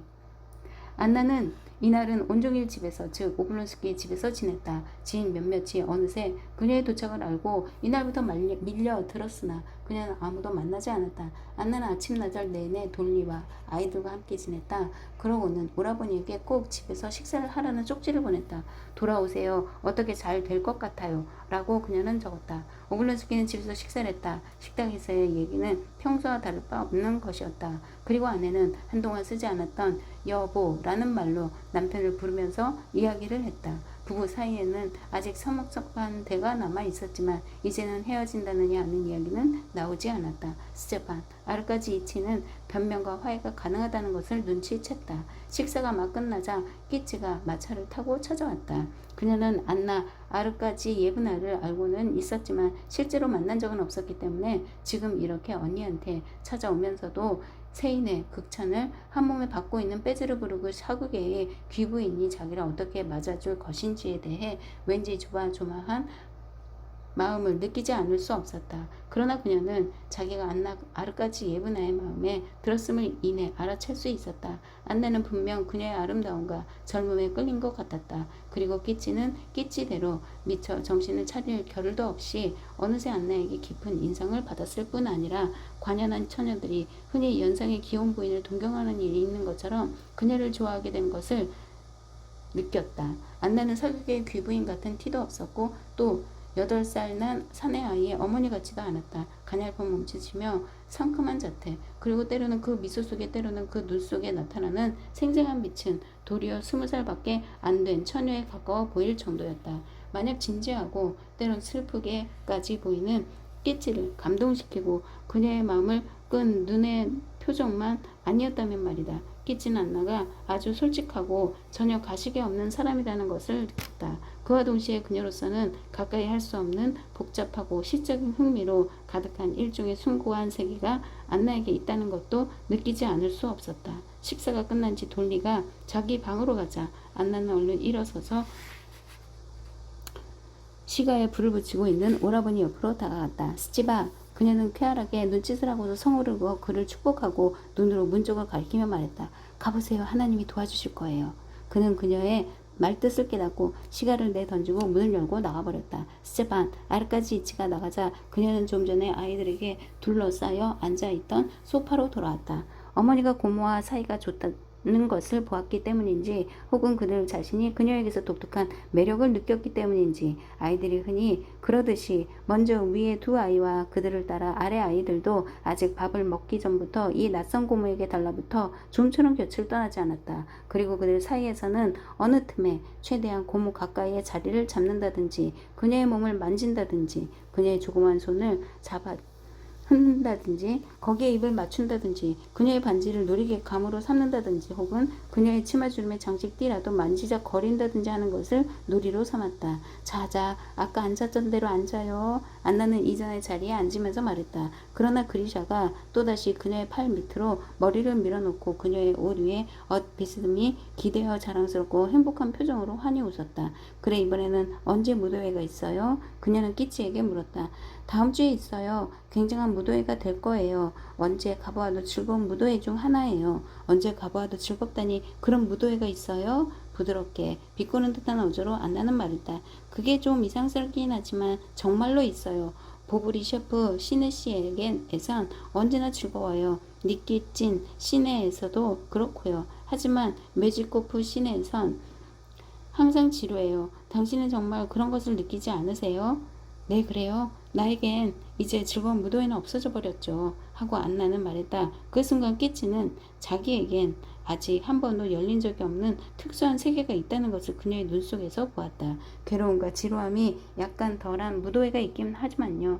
당신 같은 분이 어찌 무도회에서 지루해 하실 수 있을까요? 어머나, 나라고 무도회에서 지루해하지 않으란 법이 있겠어요? 안나는 되물었다. 끼치는 자신이 그 말에 어떻게 답변할지 안나가 이미 알고 있다고 생각했다. 그렇지만 당신은 어디서나 가장 아름다우실 거예요. 안나는 쉽사리 얼굴이 붉어지는 성격이었다. 그냥 얼굴을 붉히고 말했다. 어머나, 그럴 리가 있겠어요. 또 설사 그렇다고 하더라도 그게 나에게 무슨 소용이 있겠어요. 당신은 이번 무도회에 나오실 거죠? 끼지가 물었다. 글쎄, 나가지 않을 수 없겠군요. 자, 괜찮으니까 가죠. 그녀는 자신의 하얗고 끝이 가느다란 손가락에서 손쉽게 빠질 듯한 반지를 빼내려는 따녀에게 말했다. 당신이 와주신다면 정말 기쁘겠어요. 난 정말 무도회에서 당신을 꼭 뵙고 싶어요. 그럼 만약 나가게 되더라도 그것이 당신을 기쁘게 하는 일이라고 여기면 조금이나마 내겐 위안이 되겠군요. 그리샤, 그렇게 잡아당기지 말아요. 벌써 이렇게 다 풀어졌잖아. 그녀는 그리샤가 만지작거리고 놀던 흐트러진 머리칼 한 가닥을 바로잡으면서 말했다. 난 당신은 틀림없이 라일락빛 옷을 입고 무도회에 오실 거라고 상상하고 있어요. 왜 꼭 라일락빛이라고 못을 박으시죠? 미소를 띠면서 안나는 물었다. 자, 모두들 어서 가봐. 어서들 가. 들리지? 미스 훌리가 차를 마시라고 부르고 있잖니. 그녀는 자기 곁에서 아이들을 떼어내 식당으로 보내면서 말했다. 나는 다 알고 있어요. 당신이 나를 무도회에 나가게 하고 싶어하는 까닭을요. 당신은 이번 무도회에 많은 것을 기대하고 있죠. 그래서 모두들 그곳에 나가 함께 어울려 주었으면 하고 바라는 거죠. 어머나, 어떻게 알고 계셨어요? 정말로 그래요. 아, 당신 나이 땐 정말 행복하지요. 안나는 계속했다. 나도 마치 스위스의 산줄기에 걸려있는 것과 같은 그 하늘빛의 안개를 기억하고 있고 또 알고 있어요. 그 안개는 바로 유년 시절에 끝나가는 그 행복한 시기의 온갖 것을 가리우고 있죠. 그러나 그 거대하고 즐거운 세계에서 나오면 앞길은 차츰차츰 좁아져요. 겉으론 밝고 아름답게 보이지만 그 외길로 들어가는 것이 즐겁기도 하고 불안하기도 한 우리는 누구나 다 이런 길을 지나오게 마련이죠. 끼치는 말없이 웃고 있었다. 그런데 이분은 그 길을 어떻게 지나왔을까? 난 정말 이분의 로맨스에 대해 다 알고 싶다. 끼치는 그녀의 남편인 알렉산드로비치의 덤덤한 용모를 떠올리면서 생각했다. 나도 조금은 알고 있어요. 스치바가 이야기해 주더군요. 정말 축하해요. 그분이라면 나도 정말 마음에 들어요. 안나는 계속했다. 난 벌써 기차역에서 브론스키를 만났어요. 아, 그분이 거기 있었어요? 끼치는 갑자기 얼굴을 붉히고 물었다. 스치바가 무엇라고 말씀하시던가요? 스치바는 이런저런 얘기를 다 해주던데요. 나도 그렇게만 되면 정말 좋겠어요. 난 어제 브론스키 어머니가 같이 기차를 타고 왔어요. 그녀는 계속했다. 어머님은 나에게 줄고 그분 이야기만 하시더군요. 그분은 아마 어머님의 귀염둥이인 모양이죠. 나도 어머니라는 것이 자식에 대해서 얼마나 눈이 어두운가 하는 건 알고 있지만 말이에요. 그래도 어머니께서는 당신에게 무슨 말씀을 하시던가요? 아, 여러 가지 이야기였죠. 그분이 어머니의 귀염둥이란 건 나도 알고 있습니다만 그래도 그분은 누가 보더라도 역시 훌륭한 기사예요. 이를테면 이것도 그분 어머니의 이야기였지만 그분은 재산을 모두 형님에게 넘겨줘 버리려고 한 적이 있었던 모양이고 또 어렸을 때 범상치 않은 짓을 하기도 했고 부모님을 물속에서 구한 적도 있었대요. 한마디로 말하자면 영웅이죠. 안나는 그가 기차역에서 기부했던 200루블에 대해 생각하면서 웃는 얼굴로 말했다. 그러나 그녀는 그 200루블에 관해서는 이야기하지 않았다. 왠지 그 일을 상기하는 것이 그녀에게는 유쾌하지 않았다. 그녀는 그 일에는 자신과 관계 있는 하지만 그래서는 안 될 무언가가 있다는 것을 느끼고 있었다. 어머니께선 나더러 꼭 놀러 오라고 말씀하셨고 안나는 계속했다. 나도 그 노부인을 만나 뵙는 게 즐거우니까 내일은 한번 찾아가 볼까 해요. 그건 그렇고 고맙게도 스치와는 꽤 오래 돌리의 방에 가 있군요. 안나는 머리를 돌리면서 그리고 깨찌가 보기에는 뭔가 불만에 가득 찬 표정으로 일어서서 덧붙였다. 아니야, 내가 먼저야. 아니야. 차를 마시고 돌아온 아이들이 안나 고모 쪽으로 뛰어오면서 외쳤다. 다 같이. 안나는 말하고 그들을 맞으러 웃으면서 뛰어갔다. 그리고는 기뻐서 낄낄거리며 바둥대고 있는 아이들의 무리를 한꺼번에 안아 바닥에 밀어뜨렸다. 어른들의 차가 준비됐을 때 돌리는 자기 방에서 나왔다. 스테판 알까지이치는 얼굴을 보이지 않았다. 그는 아내의 방 뒷문으로 나간 게 틀림없었다. 당신이 2층에서 춥지 않을까 걱정이에요. 돌리는 안나를 돌아보면서 말했다. 정말 아래쪽으로 옮겼으면 좋겠어요. 서로 더 가까워질 테고. 아, 정말이에요. 제발 내 걱정은 하지 마세요. 안나는 대답하면서 돌리 얼굴을 들여다보고 화해가 되는지 어떤지를 알아내려고 했었다. 당신에게 여기는 조금 밝을 거예요. 하고 올기는 말했다. 아니에요. 나는 언제 어디서든 모르모트처럼 잘 자니까요. 둘이서 무슨 이야기들이야? 스테반 알가지이치는 서재에서 나오면서 아내를 보고 말했다. 그의 어조에서 끼치도 안나도 이내 부부간의 화해가 이루어졌다는 것을 알았다. 안나의 방을 아래로 옮겨줬으면 하는데 그러려면 커튼을 갈지 않으면 안 돼요. 아무도 손볼 사람이 없으니까 내가 직접 해야 해요. 돌리는 그를 돌아보면서 대답했다. 아니 이거 깨끗이 화해가 됐는지 어쩐지 모르겠군. 그녀의 쌀쌀하고 침착한 말투를 듣고 안나는 생각했다. 아 됐어 돌리. 그렇게 혼자서 수고하지 않아도 돼. 남편은 말했다. 정 못하면 내가 다 할게. 그렇지 역시 화했군. 하고 안나는 생각했다. 그래요. 당신은 뭐든 다 하시니까요. 돌리는 대답했다. 되지도 않을 일을 하라고 마뜨베이에게 일러놓고 자기는 휙 나가버리고 그러면 그 사람은 온통 일만 섞갈리게 해놓고 난 다 알아요. 그녀가 말했을 때 언제나처럼 놀리는 듯한 미소가 입술 양쪽 끝에 떠올랐다. 됐어. 깨끗이 화했어. 이제 됐어. 하고 안나는 생각했다. 정말 고맙게도 그러고는 자기가 그 유인이 됐음을 기쁘게 여기며 그녀는 돌리에게로 다가가서 입을 맞췄다. 아니야. 전혀 그런 적 없어. 어째서 당신은 그렇게 나하고 마뜨베이를 경멸하느냐 말이야. 스테반 알까지이치는 보일 듯 말 듯 미소를 띠고 아내를 돌아보면서 말했다. 이날 저녁 내내 남편에 대한 돌리의 태도는 평소처럼 어딘지 짓궂었지만 그럼에도 스테반 알까지이치는 만족해하고 즐거워했다. 그러나 용서받아서 자신의 죄를 잊어버렸다고 여겨질 만큼 설쳐대지는 않으려 했다. 9시 반쯤 차 테이블을 둘러싼 오블론스키 내의 유달리 즐겁고 유쾌하고 단란한 밤의 담소는 겉으로 보기에는 지극히 단순한 사건에 의해서 깨졌다. 그러나 그 단순한 사건이 모두에게는 왠지 기묘하게 여겨졌다. 페테르부르크의 어느 지인에 대한 얘기를 한창 하고 있을 때 안나가 갑자기 일어섰다.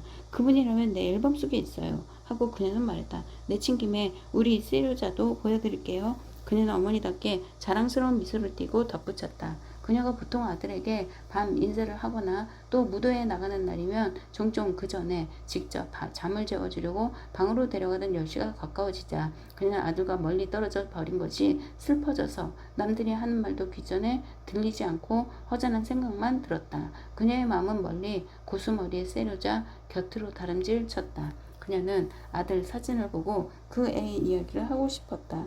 그래서 지인의 이야기가 나온 것을 구실삼아 자리에서 일어서서 경쾌하고 야무진 걸음걸이로 앨범을 가지러 갔다. 위층 그녀의 방으로 가는 층계는 현관의 정면 큰 계단의 층계 참에서 갈라지고 있었다.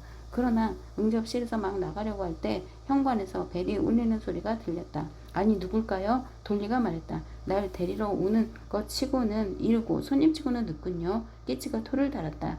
틀림없이 사무실에서 서류를 가지고 온 걸 거야. 스테판, 알까지 이치는 말했다. 안나가 정면 계단 옆을 지날 때 방문객이 있다는 것을 알리려고 하인이 뛰어올라왔고 방문객 자신은 계단 아래 램프 옆에 서 있었다. 안나는 아래쪽을 힐끗 내다보고 곧 그가 브론스키라는 것을 알았다. 그러자 기쁨과 공포가 뒤에 얽힌 일종의 야릇한 감정이 갑자기 그녀의 마음속에 물결쳤다. 그는 외투도 벗지 않은 채 우두커니 서서 뭔가를 호주머니에 꺼내고 있었다. 그리고 그녀가 마침 방으로 가는 층계의 중간쯤 올라갔을 때 그는 눈을 들어 그녀를 보았다. 그러자 그의 얼굴에는 어딘지 수줍어하고 놀란 듯한 빛이 보였다. 그녀는 가볍게 인사를 하고 올라갔다. 뒤에서 그에게 들어오라고 하는 스테판 알까지 이치의 큰 목소리와 그것을 사양하고 있는 브론스키의 그리 높지 않은 부드럽고 침착한 목소리가 들려왔다. 안나가 열광을 가지고 내려왔을 때 그는 이미 그 자리에 없었다. 그리고 스테판 알까지 이치가 브론스키는 다른 지방에서 이곳에 와 있는 명사들을 위해 내일 베풀기로 한 만찬에 대해 상의하려고 들렀다는 이야기를 하고 있는 참이었다. 아무리 말해도 들어오려고 하질 않아. 그자도 참 이상한 녀석이야. 스테판 알까지 이치는 덧붙였다. 끼치는 얼굴이 빨갛게 달아올랐다. 그가 이곳에 들른 까닭, 그리고 들어오지 않는 까닭을 알고 있는 것은 자기뿐이라고 생각했던 것이다. 그분은 우리 집에 갔던 거야 하고 그녀는 생각했다. 그리고 내가 없으니까 여기에 왔으리라고 생각하고 들른 거야. 하지만 늦기도 했고 안나가 있다는 것을 알고 들어오지 않았던 거야. 모두 아무 말도 하지 않고 눈을 마주쳤다. 그러고는 안나의 앨범을 들여다보기 시작했다. 계획 중인 만찬에 대해 자세한 상의를 하려고 밤 9시간에 친구를 찾아왔다가 들어오지도 않았다는 것은 그리 이상할 것도 대단할 것도 없었다. 그러나 거기 있던 사람들에게는 뭔가 이상하게만 여겨졌다. 특히 안나에게는 그것이 기묘하고 좋지 않게 여겨졌다. 끼치가 어머니와 함께 얼굴에 분을 바르고 빨간 웃옷을 입은 하인들이 서 있고 가슴꽃으로 꾸며진 등불이 눈부신 커다란 층계에 들어섰을 때는 무도회가 막 시작된 참이었다. 여기저기 홀에서는 사람들이 움직이는 소리가 마치 벌집처럼 단조로운 웅성거림이 되어 들려왔다. 그들이 층계참에 화분 사이에 있는 거울 앞에서 머리며 옷 매무새를 고치고 있는 동안 한 홀에서는 왈츠를 연주하기 시작한 오케스트라의 주의 깊은 바이올린 선율이 또렷이 들려왔다. 향수 내음을 짙게 풍기며 다른 거울 앞에서 희끗희끗한 귀민 머리를 매만지고 있던 한 노문가는 층계 위에서 그들과 마주치자 처음 본 끼치에게 눈을 팔면서 옆쪽으로 길을 비켜주었다. 세르바츠키 노공작이 건달들이라고 부르는 사격의 젊은이들 중 한 사람인 가슴이 깊이 파인 조끼를 입고 수염이 없는 젊은이가 하얀 넥타이를 바로잡으면서 걸어와 두 사람에게 인사를 하고 옆을 지나갔다가 다시 돌아와서 끼치에게 까드리유를 추자고 청했다. 첫 번째 까드리유는 이미 브론스키와 약속이 되어 있었기 때문에 이 젊은이에게 그녀는 두 번째를 약속했다. 군인 한 사람은 장갑에 단추를 잠그면서 문간에서 길을 비켜줬다. 그러고는 수염을 쓰다듬으면서 장밋빛으로 빛나는 끼치를 황홀하게 바라보고 있었다. 화장에서 머리 손질까지 무도회를 위한 모든 준비가 끼치에게는 크나큰 노력과 고심을 치르게 한 것이었음에도 불구하고 장밋빛 페테코트 위에 복잡한 무늬의 망사 드레스를 받쳐 입은 그녀는 마치 이러한 장미꽃 자수 장식이나 레이스나 잘 다듬은 화장이 그녀의 가족들에게도 전혀 수고를 치르게 하지 않은 듯이 마치 그녀가 이 높게 빗어 올린 머리 위에 두 개의 잎이 달린 장밋빛을 꽂고 망사와 레이스 속에서 태어나기라도 한 것처럼 자유롭게 가볍게 홀로 들어갔다. 홀 안으로 들어가려던 노 공작 부인이 접혀있는 펠트의 리본을 바로잡아 주려고 했을 때도 끼치는 가볍게 그것을 물리쳤다. 그녀는 자기에게는 무엇이든 있는 그대로가 좋으며 그 편이 오히려 우아할 것이므로 조금도 바로잡을 필요가 없다고 느끼고 있었다. 끼치에게 이날은 행복한 날 가운데 하루였다. 옷은 조금도 불편하지 않았고 레이스 띠도 느슨한 데가 없었으며 장미꽃 장식도 구겨지거나 찢어지거나 하지 않았다. 활처럼 흰 굽이 높은 장밋빛 구두는 발을 죄기는커녕 오히려 편안했다. 금발의 순 많은 가발은 진짜 머리칼처럼 조그마한 머리에 딱 들어맞았다. 조금도 구김새 없이 그녀의 손을 감싸고 있던 목이 긴 장갑의 단추 3개도 모두 보기 좋게 잠겨 있었다. 메달이 달린 검은 벨벳 끈은 유달리 부드럽게 목을 감싸고 있었다. 이 벨벳은 아름다웠다. 집에서 거울에 비친 자기의 목을 보았을 때 끼치는 마치 이 벨벳이 말을 하는 것처럼 느꼈을 정도였다.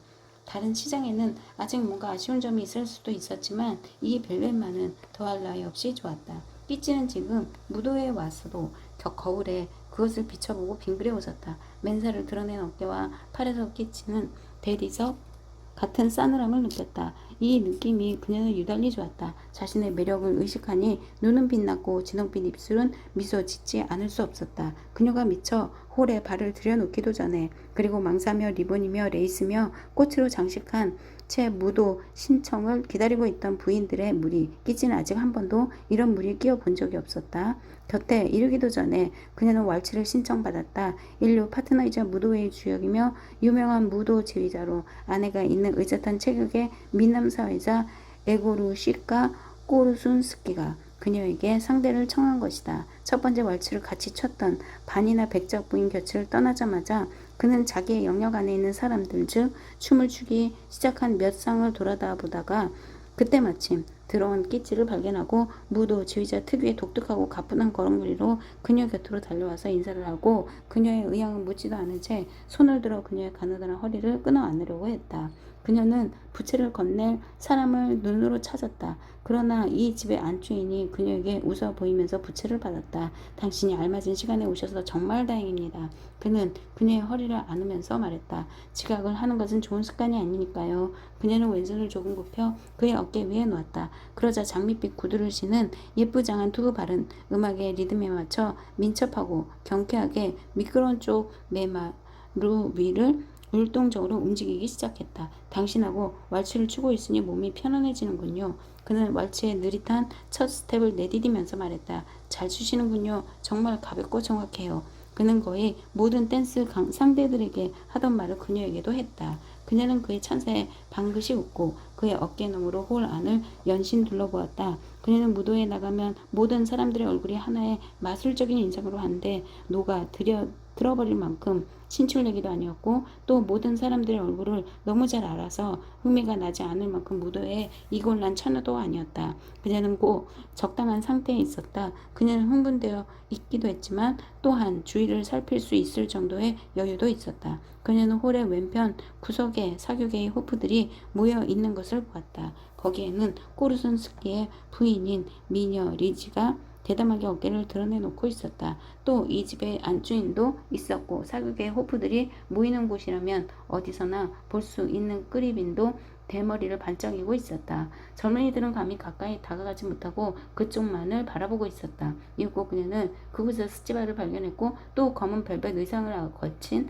안나의 아름다운 모습과 머리를 보았다. 그리고 그도 거기에 있었다. 끼치는 레빈의 청혼을 거절했던 그 밤 이후로 그를 보지 못했다. 키치는 시력 좋은 눈으로 곧 그를 알아보았고 그가 자기 쪽을 바라보고 있다는 것까지 알아챘다. 어떻습니까? 한국도 아직 지치진 않으셨죠? 가볍게 헐떡거리면서 꼬르순스키는 말했다. 아니에요. 감사합니다만. 그럼 어디로 데려다 드릴까요? 까레니나가 아마 저기에 그분 있는 대로 데려다 주세요. 네, 어디든 원하시는 곳으로. 꼬르순스키는 스텝을 늦추고 미안합니다 여러분, 미안합니다 여러분 하면서 홀의 왼쪽 구석에 있는 무리 쪽으로 곧장 왈츠를 주면서 갔다. 그러고는 레이스와 망사와 리본의 물결 사이를 헤치며 깃털 장식 하나 건드리지 않고 움직여 나가면서 그녀를 세차게 한번 뺑 잡아 돌렸다.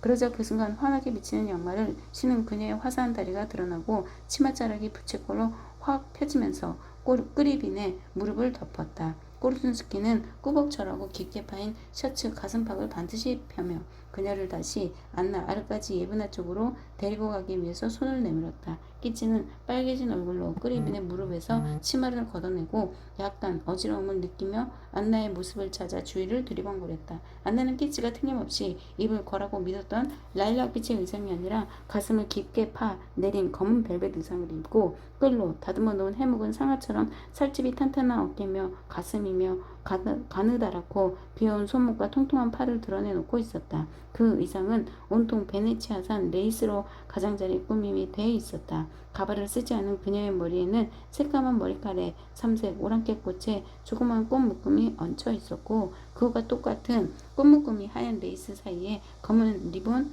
벨트 위에도 꽂혀 있었다.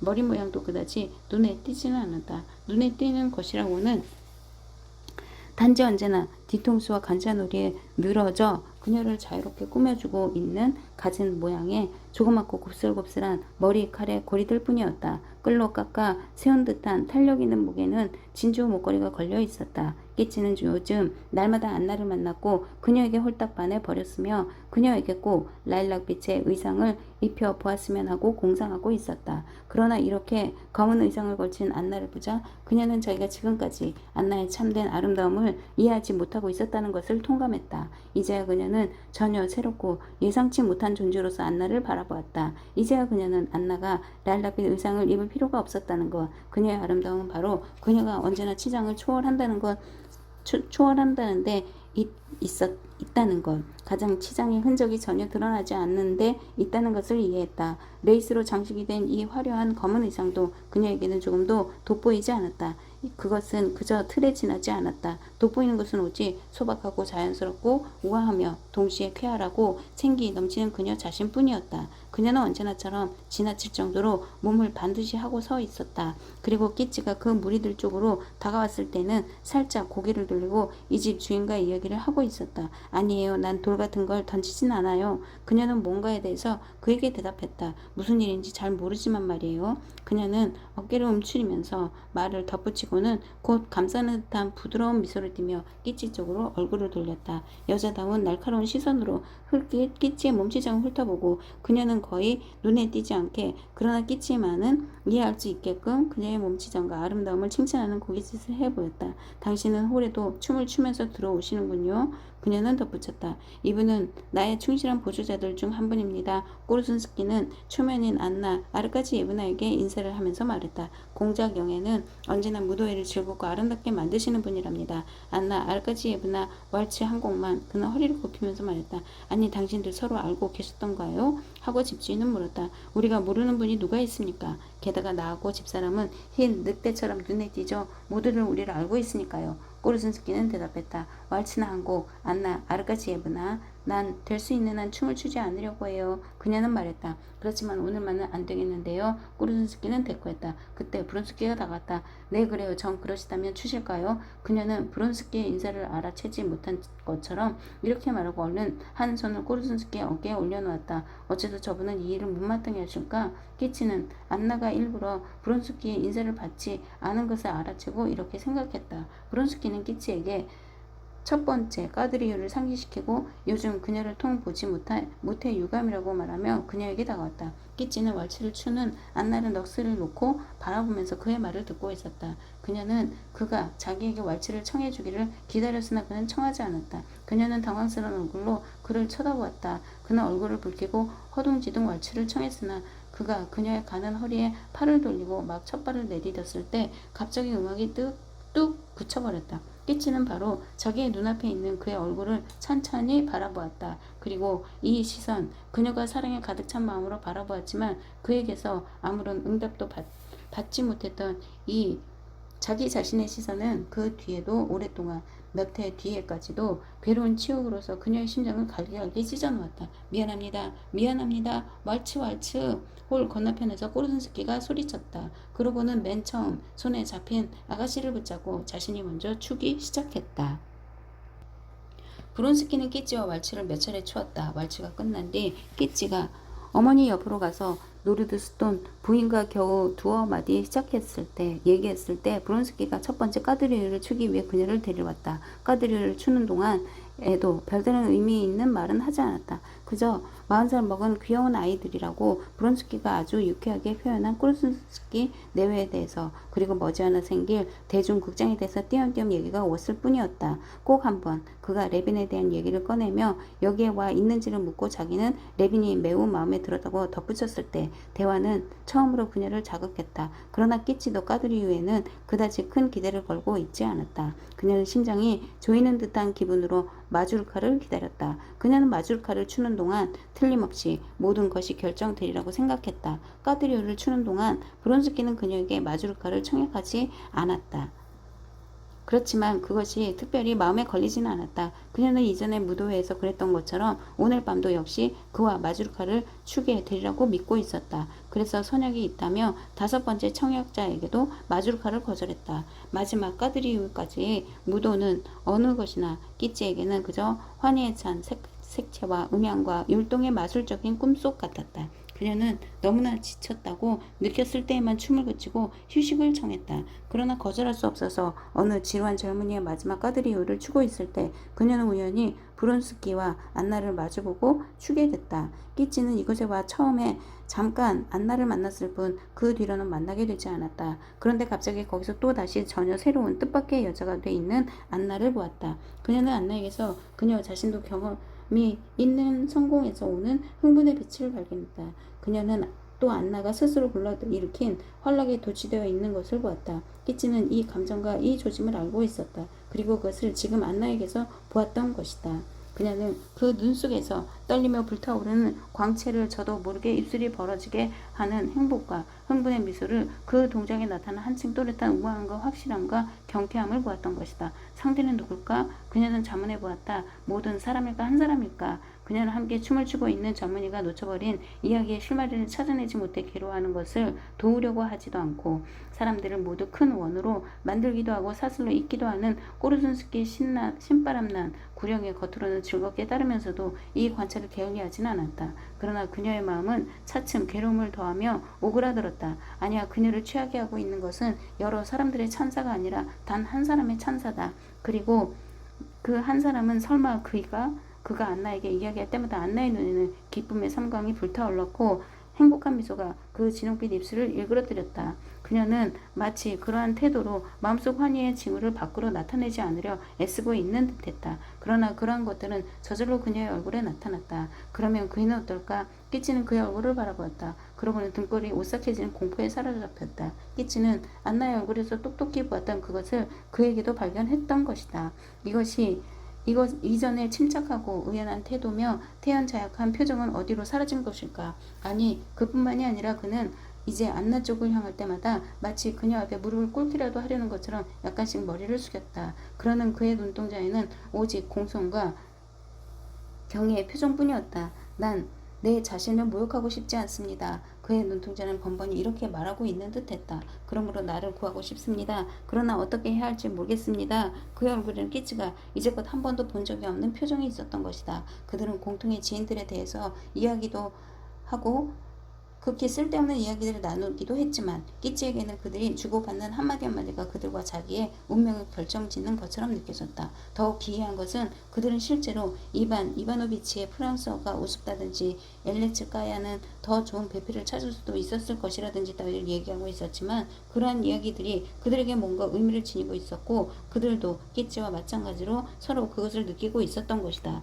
온 무도회가 온 사교회가 모든 것이 끼치의 마음속에서는 어렴풋한 안개로 쌓여버렸다. 다만 그녀가 받아온 엄격한 교육의 힘만이 그녀를 받쳐줬고 그녀에게 요구되는 것, 즉 춤을 추고 질문에 답하고 웃는 얼굴을 보이는 것을 그녀에게 강요하고 있었다. 그러나 마주르카가 시작되기에 앞서 의자가 배치되기 시작하고 한 쌍의 사람들이 작은 홀에서 큰 홀로 옮겨가기 시작했을 때 끼치에게는 완전한 절망과 공포의 순간이 다가왔다. 그녀는 5명의 청약을 거절하고도 지금은 같이 마주르카를 출 상대가 없었다. 더구나 이제는 누구에게 신청을 받을 수 있다는 희망마저 없었다. 그녀가 사교계에서 거둔 성공이 너무나 눈부셨기 때문에 누구도 그녀가 지금까지 청약자 없이 있을 거라고는 생각할 수가 없었던 것이다. 이렇게 된 이상 어머니에게 몸이 불편하다고 얘기하고 집으로 돌아가는 것이 상책이었다. 그러나 그녀에게는 그럴 기력도 없었다. 그녀는 그저 기진맥진한 자신을 느낄 뿐이었다. 그녀는 작은 응접실 안쪽에서 가서 안락의자의 몸을 파묻었다. 공기처럼 부푼 치마는 그녀의 가냘픈 자태 주위로 구름처럼 피어올랐다. 처녀답게 부드러운 맨살이 드러난 가느다란 한쪽 팔은 힘없이 쳐져 장밋빛 튜닉에 주름 속에 가라앉고 다른 한 손은 부채를 들고 날렵하고 짧은 동작으로 달아오른 얼굴을 붙이고 있었다. 그 모습은 막 날개를 쉬려고 풀잎에 내려앉았던 나비가 금방 또 날아올라 무지개 같은 날개를 펼치려고 하는 풍정을 느끼게 했으나 이러한 모양과 달리 그녀의 마음은 무서운 절망감으로 죄어들고 있었다. 어쩌면 내가 잘못 생각했는지도 몰라. 그런 게 아니었을지도 모르잖아. 그녀는 또다시 방금 목격했던 장면을 섬세하게 다시금 생각해 보았다. 끼치, 어머나, 이게 어떻게 된 일이에요? 노릇을 쓰던 백작 부인이 소리도 없이 그녀 곁으로 다가와서 물었다. 난 정말 이해가 가지 않아요. 끼치 아랫입술이 바르르 떨렸다. 그녀는 벌떡 일어났다. 끼치, 당신은 마주르카를 추지 않나요? 아니에요, 아니에요. 끼치는 울음 섞인 목소리로 말했다.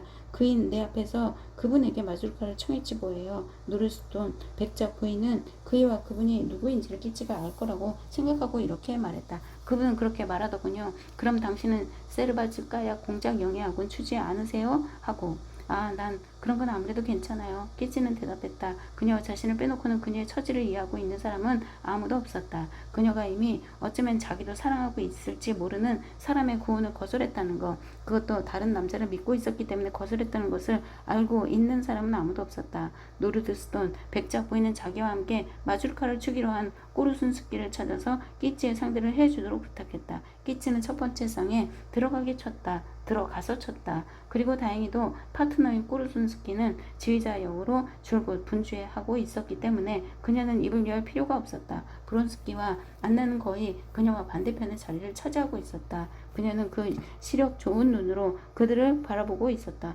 또 쌍과 쌍이 뒤섞일 때에는 가까이에서도 봤다. 그리고 그들을 보면 볼수록 그녀는 차츰차츰 자기의 불행이 결정적인 것이 되어가고 있음을 확인했다. 그녀는 그들이 이렇게 사람들 가득한 홀에 있으면서도 자기들밖에 없는 것 같이 느끼고 있음을 알았다. 그리고 언제나 그토록 의연하고 듬직하던 브론스키의 얼굴에 아까 그녀를 자극했던 영리한 개가 나쁜 짓을 저질렀을 때 짓는 것과 같은 당황과 순종의 표정이 떠올라 있는 것을 보았다. 안나가 미소를 지으면 그 미소는 그에게로 옮겨갔다. 안나가 생각에 잠기면 그도 진지해졌다. 그 어떤 초자연적인 힘이 끼치의 눈을 끊임없이 안나의 얼굴로 이끌었다. 단순하게 검은 의상을 걸친 안나의 모습은 정말 매력적이었다. 팔찌가 반짝이는 포동포동한 팔이 아름다웠다. 진주 목걸이를 건 우아한 목이 아름다웠다. 머리 단장에 헝클어져 물결치고 있는 머리칼이 아름다웠다. 조그마한 발과 손의 우아하고 경쾌한 동작이 아름다웠다. 생기를 띤 해사한 얼굴이 아름다웠다. 그러나 그녀의 이러한 매력 속에는 뭔가 무섭고 잔인한 것이 있었다. 끼치는 이전보다 한층 더 그녀의 아름다움에 마음을 빼앗겼다.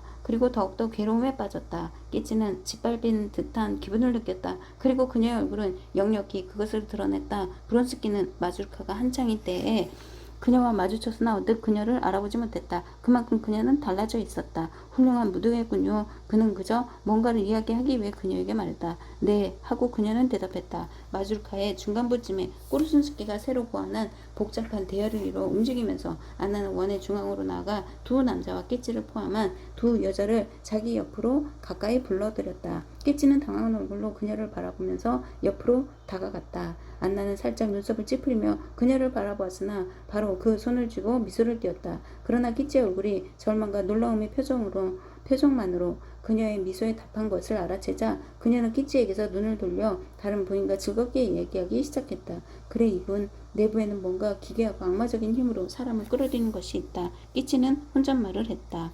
안나는 만찬에 남고 싶어 하지 않았지만 집 주인이 그녀를 붙들려고 했다. 그런 말씀 마세요. 안나 아르카치예브나 꼬르순스키는 맨살을 드러내놓고 있는 그녀의 팔을 자기의 여미복 소매 아래로 끌어당기면서 말했다. 난 지금 훌륭한 코틸리용의 아이디어가 있습니다. 훌륭한 겁니다. 그는 그녀를 끌고 가려고 애쓰면서 조금씩 몸을 움직였다. 집주인도 그것을 권하는 뜻으로 웃고 있었다. 아니요, 전 남아있을 수가 없어요. 안나는 웃으면서 대답했다. 그러나 웃는 얼굴에도 불구하고 그녀의 단호한 어조에서 꼬르순스키도 집주인도 안나가 남지 않으려는 것을 알았다. 아니요, 정말이지. 모스크바에선 대개 무도회 하나만으로도 페테르부르크에서 겨우내 춘 것보다도 더 추웠을 만큼이에요. 그녀는 옆에 서 있던 브론스키를 돌아보면서 말했다. 떠나기 전에 좀 쉬지 않으면 안 돼요.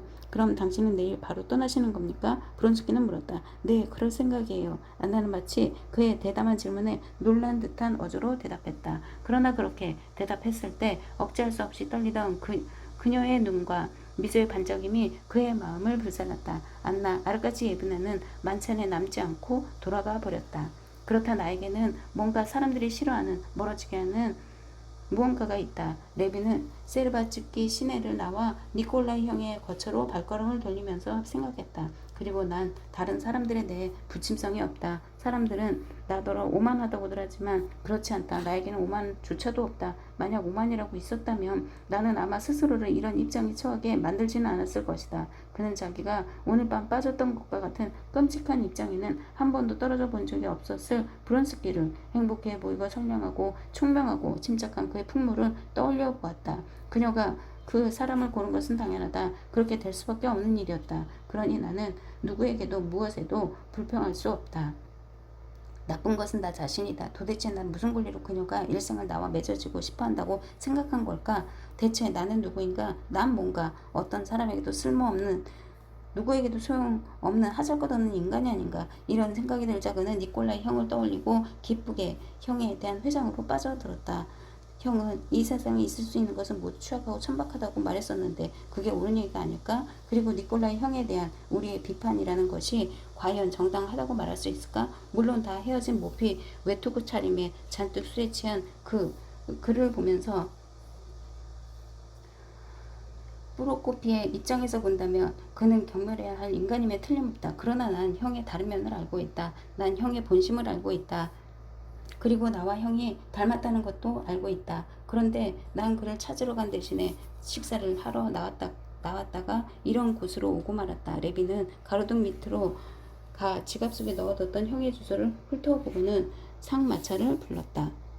형의 거처까지 가는 긴 시간 동안 레비는 니콜라이 형의 삶에서 자기가 알고 있는 모든 사건을 생생하게 되새겨 보았다. 그는 형이 대학에 다니는 동안과 졸업 후에 1년 동안 친구들의 조소에도 아랑곳하지 않고 종교상의 모든 예시, 예배, 단식을 실행했으며 일체의 쾌락, 특히 여자를 멀리하고 수사 같은 생활을 했던 것을 상기했다. 그러다가는 돌연 탈선하여 지극히 비천한 사람들과 접촉하더니 지극히 방종한 방탕의 세계로 떨어져 버리고 말았다. 다음에 그는 형이 직접 가르치려고 어린애 하나를 시골에서 데리고 나왔다가 화가 나 발끈한 나머지 너무 지나치게 때려 불구로 만들었다는 혐의를 받고 재판까지 이르렀던 사건을 상기했다. 그는 형이 노름에 져서 어음을 주었으면서도 나중에 가서는 상대방이 자기를 속였다는 증거를 내세워 자기 쪽에서 고소를 제기했던 어느 사기꾼의 사건에 대해서도 생각해냈다. 세르게이 이바노비치가 치러 주었다는 것은 이 어음이었다. 그는 또 형이 폭행의 혐의로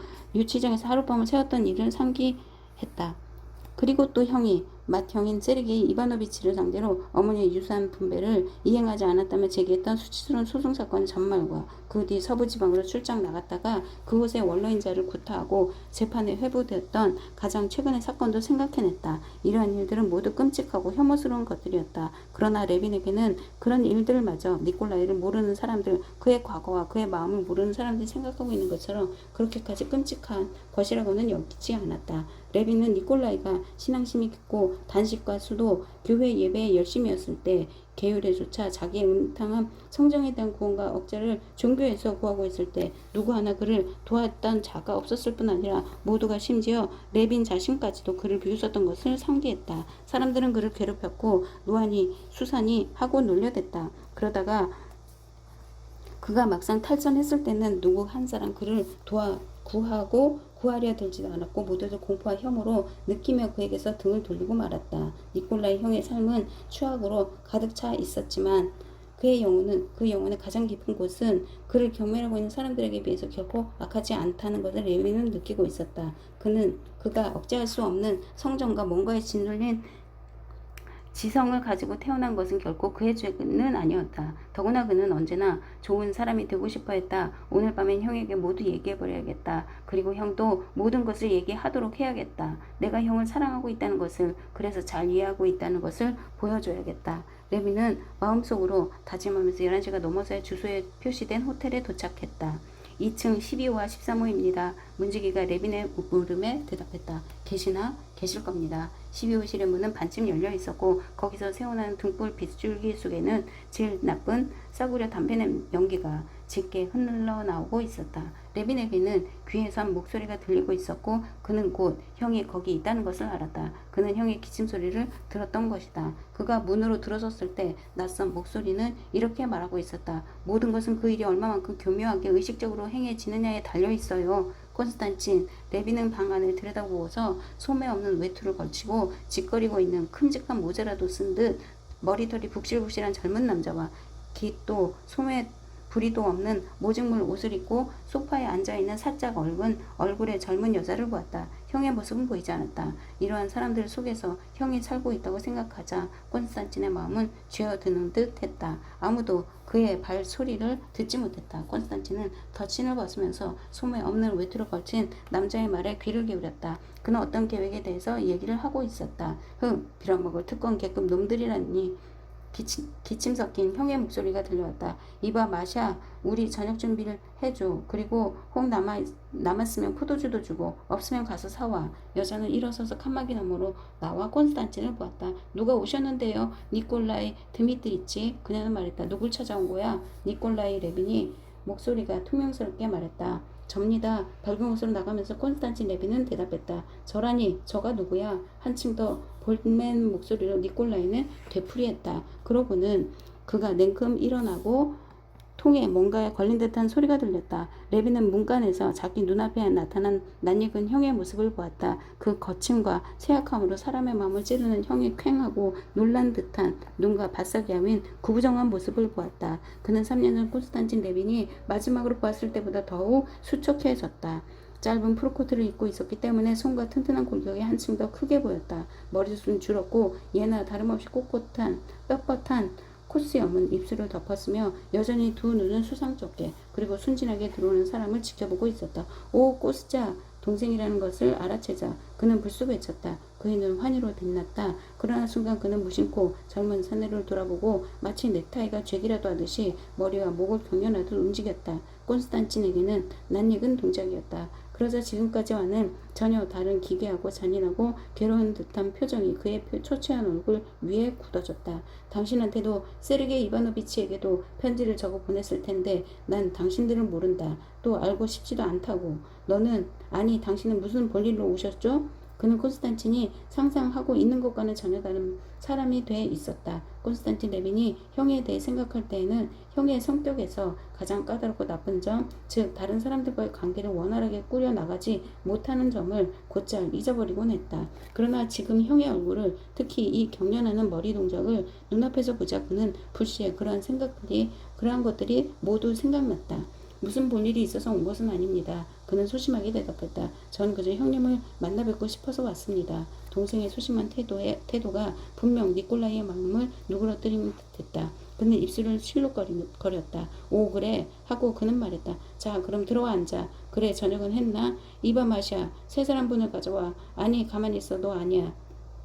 너 아나 이 사람이 누군지? 그는 소매 없는 외투를 걸친 사내를 가리키면서 동생에게 말했다. 이분은 끄리츠키라고 해. 키예프에 있을 때부터 친구인데 아주 놀라운 인물이야. 물론 경찰은 이 사람을 미행하고 있지만 그건 이 사람이 일개 비열한이 아니란 증거겠지. 그는 자신의 버릇대로 방 안에 있는 모두를 돌아보았다. 그러다 문간에서 있던 여자가 막 밖으로 나가려는 것을 보고 그녀에게 외쳤다. 가만히 있으라고 했잖아. 그러고는 모두들 돌아보면서 콘스탄틴이 잘 알고 있는 그 갈팡질팡하고 두서없는 말솜씨로 끄리츠키의 경력을 동생에게 이야기하기 시작했다.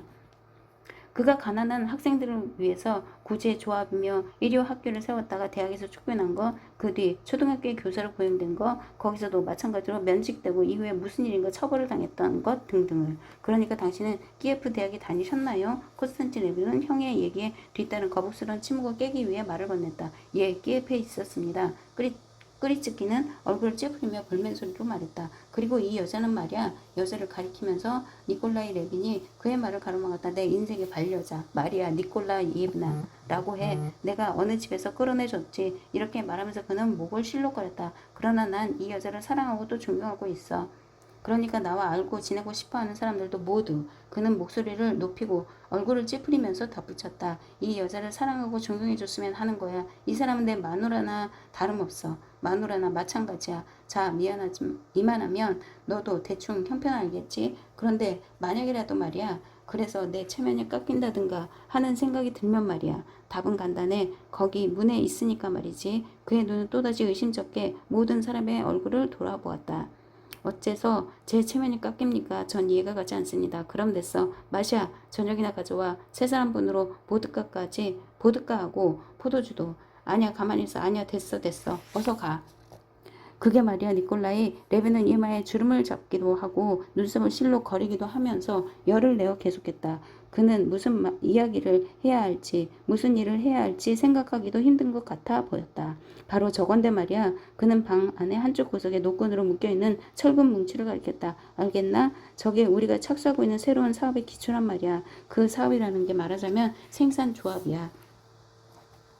콘스탄티는 거의 듣고 있지 않았다. 그는 폐병을 앓는 듯 병약한 형의 얼굴을 바라보고 있자니 차츰 가여운 생각이 들어 가만히 앉아 협동조합에 대한 형의 설명을 듣고 있을 경황이 없었다. 그는 협동조합이라든지 하는 것은 형에게 단지 자기 멸시에서 빠져나오기 위한 최후의 수단에 지나지 않는다는 것을 알 수 있었다. 니콜라이 레비는 말을 계속했다. 너도 알겠지만 자본은 노동자를 압박하고 있어. 우리나라의 노동자와 농민은 모두 노동이라는 무거운 짐을 짊어지고 있는 데다가 아무리 뼈가 녹아나게 일을 해도 그 가축 같은 상태에서 빠져나갈 수 없게 돼 있단 말이야. 사실 노동으로 인한 모든 수익이라는 것은 그들이 처지를 개선하고 자기들을 위해서 여가를 얻고 그 결과를 교육도 받는 데 쓰여야 하는 거지. 하지만 그런 이윤이라는 것은 모조리 자본가들에게 수탈당하고 있지 않은가 말이야. 이처럼 오늘날의 사회는 그들이 일을 하면 할수록 상인이나 지주들의 배는 살찌우지만 그들 자신은 영구히 노동하는 가축으로 전락하고 많은 제도로 형성되어 버렸단 말이야.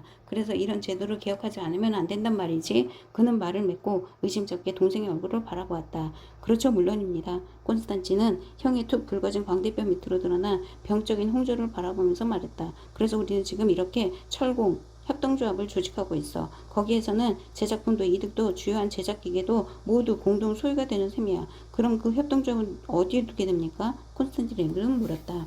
까잔주의 보즈드 레모 마을에.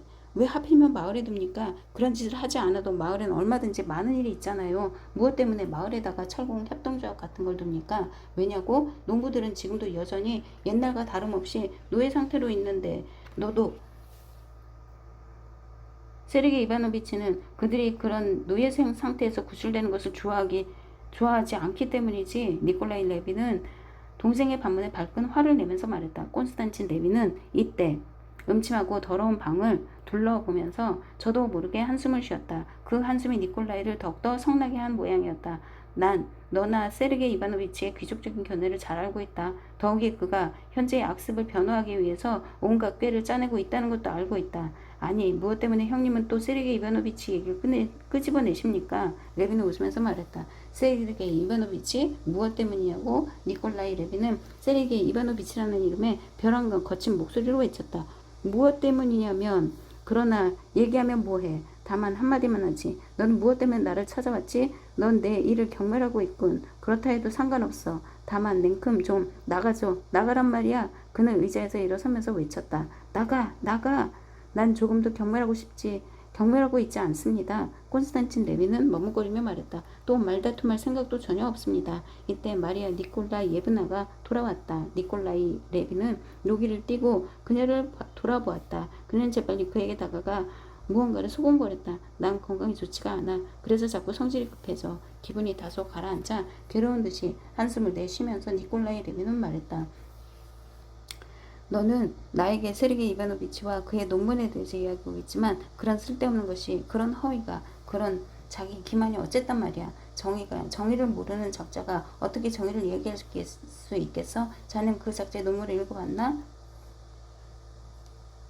그는 다시 탁자에 앉아 그 위에 널려있던 담배 꽁초들을 밀어내면서 끄리ጭ기를 돌아다보고 말했다. 난 읽지 않았네. 그는 분명히 대화에 끼고 싶지 않은 태도로 시무룩하게 대답했다. 어째서? 니콜라이 레비는 이번에는 끄리츠키에게 화를 내면서 대들었다. 왜냐면 그런 곳에 시간을 낭비할 필요를 느끼지 않기 때문이지. 그렇다면 한마디 묻겠는데 자넨 어떻게 그것이 시간 낭비라는 걸 알지? 그 논문은 여느 사람들이 이해하기 어려운 거야. 말하자면 그들 수준 이상의 것이야. 그러나 난 얘기가 달라. 난 그 사람의 사상을 꿰뚫고 있으니까 말이지. 그래서 그 사상이 빈약한 이유도 알고 있어. 모두들 말이 없었다. 끄리츠키는 천천히 일어나서 모자를 들었다. 저녁은 들지 않겠나? 그럼 가게나. 내일은 철공을 데려와 주게. 끄리츠키가 나가자마자 니콜라이 레비는 미소를 띠고 눈짓을 했다. 저자 너 틀려먹었어. 그는 말했다. 난 다 알고 있어. 그러나 이때 끄리츠키가 문간에서 그를 불렀다. 또 무슨 일이야? 그는 끄리츠키가 서 있는 복도 쪽으로 나갔다. 마리아 니콜라 예브나와 단둘이 남게 되자 레비는 그녀 쪽으로 돌아앉았다. 당신은 형님하고 같이 지낸 지가 오래됐습니까? 그는 그녀에게 물었다. 네, 벌써 한 2년쯤 됩니다. 요즘엔 몸이 아주 나빠지셨어요. 술을 너무 많이 드시니까요. 그녀는 말했다. 무엇을 얼마나 마십니까? 보드카를 드세요. 그런데 그게 그분에게는 아주 해로워요. 그래, 정말 그렇게 많이 마십니까? 레비는 속삭이듯이 말했다. 네. 그녀는 니콜라이 레빈의 모습이 나타난 문 쪽을 두려운 듯 돌아보면서 말했다. 무슨 얘기들이야? 그는 눈살을 찌푸리고 놀란 눈으로 두 사람을 번갈아 보면서 말했다. 무슨 얘기를? 아무 얘기도 아니에요. 콘스탄티는 당황하면서 대꾸했다. 얘기하고 싶지 않으면 안 해도 돼. 하지만 넌 저것하고 얘기할 게 하나도 없어. 저것은 매춘 보고 너는 신사니까 말이지. 그는 목을 꿈틀대며 말했다. 나도 다 알아. 넌 이곳의 모든 것을 다 살피고 값을 매겨보고 내 잘못된 판단에 연민을 느끼고 있다. 그 말이겠지. 그는 또다시 목소리를 높여 외치기 시작했다. 니콜라이 드미트리치, 니콜라이 드미트리치. 마리아 니콜라이 예브나가 그에게로 다가가면서 거듭 속삭였다. 그래, 좋아. 그건 그렇고 식사는 어떻게 됐나? 아, 가져왔군. 그는 쟁반을 든 심부름꾼을 보고 말했다. 여기에 놔. 그는 성난 듯이 말하고 나서 목이 타는 듯 냉큼 보드카를 들어 한 잔 따라서는 쭉 들이켰다. 어때, 한 잔 들지 않겠어? 그는 금세 유쾌해져 동생을 돌아보고 말했다. 쓰레기, 이바노비치가 어떻든 난 신경 쓰지 않아. 그래도 너를 만나니 반갑다. 이불은 무슨 소리를 해도 역시 남남이 아니니까 말이야. 자, 한잔해라. 그리고 요즘은 뭘 하고 지내는지 얘기나 좀 해보렴. 그는 허기진 듯 빵 조각을 씹고 두 번째 잔을 따르면서 말을 계속했다. 넌 어떻게 지내고 있나? 여전히 혼자 시골에 살면서 농사를 짓고 있죠. 콘스탄티는 형이 무서운 기세로 먹고 마시고 이 하는 것을 어처구니 없는 듯이 바라보면서 동시에 그런 낌새를 눈치채이지 않으려고 애쓰면서 대답했다. 어째서 너는 결혼하지 않나? 기회가 없었어요. 콘스탄티는 얼굴을 붉히며 말했다. 왜? 난 이제 틀렸어. 나는 내 일생을 망쳐놓고 말았다. 내가 여러 번 이야기했지만 만약 그때 나에게 꼭 필요했던 내 몫을 줬더라면 내 인생이 이렇게 되지는 않았을 거야. 콘스탄틴 드미트리치는 서둘러 말머리를 돌리려고 했다. 그런데 저 형님께서는 바슈니카가 포크롭스코예의 내 사무실에서 회계를 보고 있는 걸 알고 계십니까? 그는 말했다. 니콜라이는 목을 꿈틀거리며 생각에 잠겼다. 그래, 어디 나에게 포크롭스코예 얘기나 좀 들어달라고. 어때? 그 집은 아직 그대로 서 있나? 그리고 그 자작나무와 우리 공부방도 그리고 정원사 필립이 아직 살아있다니. 그게 정말이야? 아, 내가 정말 얼마나 그 정자며 벤치를 잘 기억하고 있는지 모른다. 그러니까 말이야, 정신 차려서 집안의 것이 하나도 달라지지 않게 해둬라. 그런데 결혼은 빨리 하는 게 좋아. 그래서 다시 한번 집안을 옛날처럼 일으켜다오. 그때는 나도 너에게 찾아가겠다.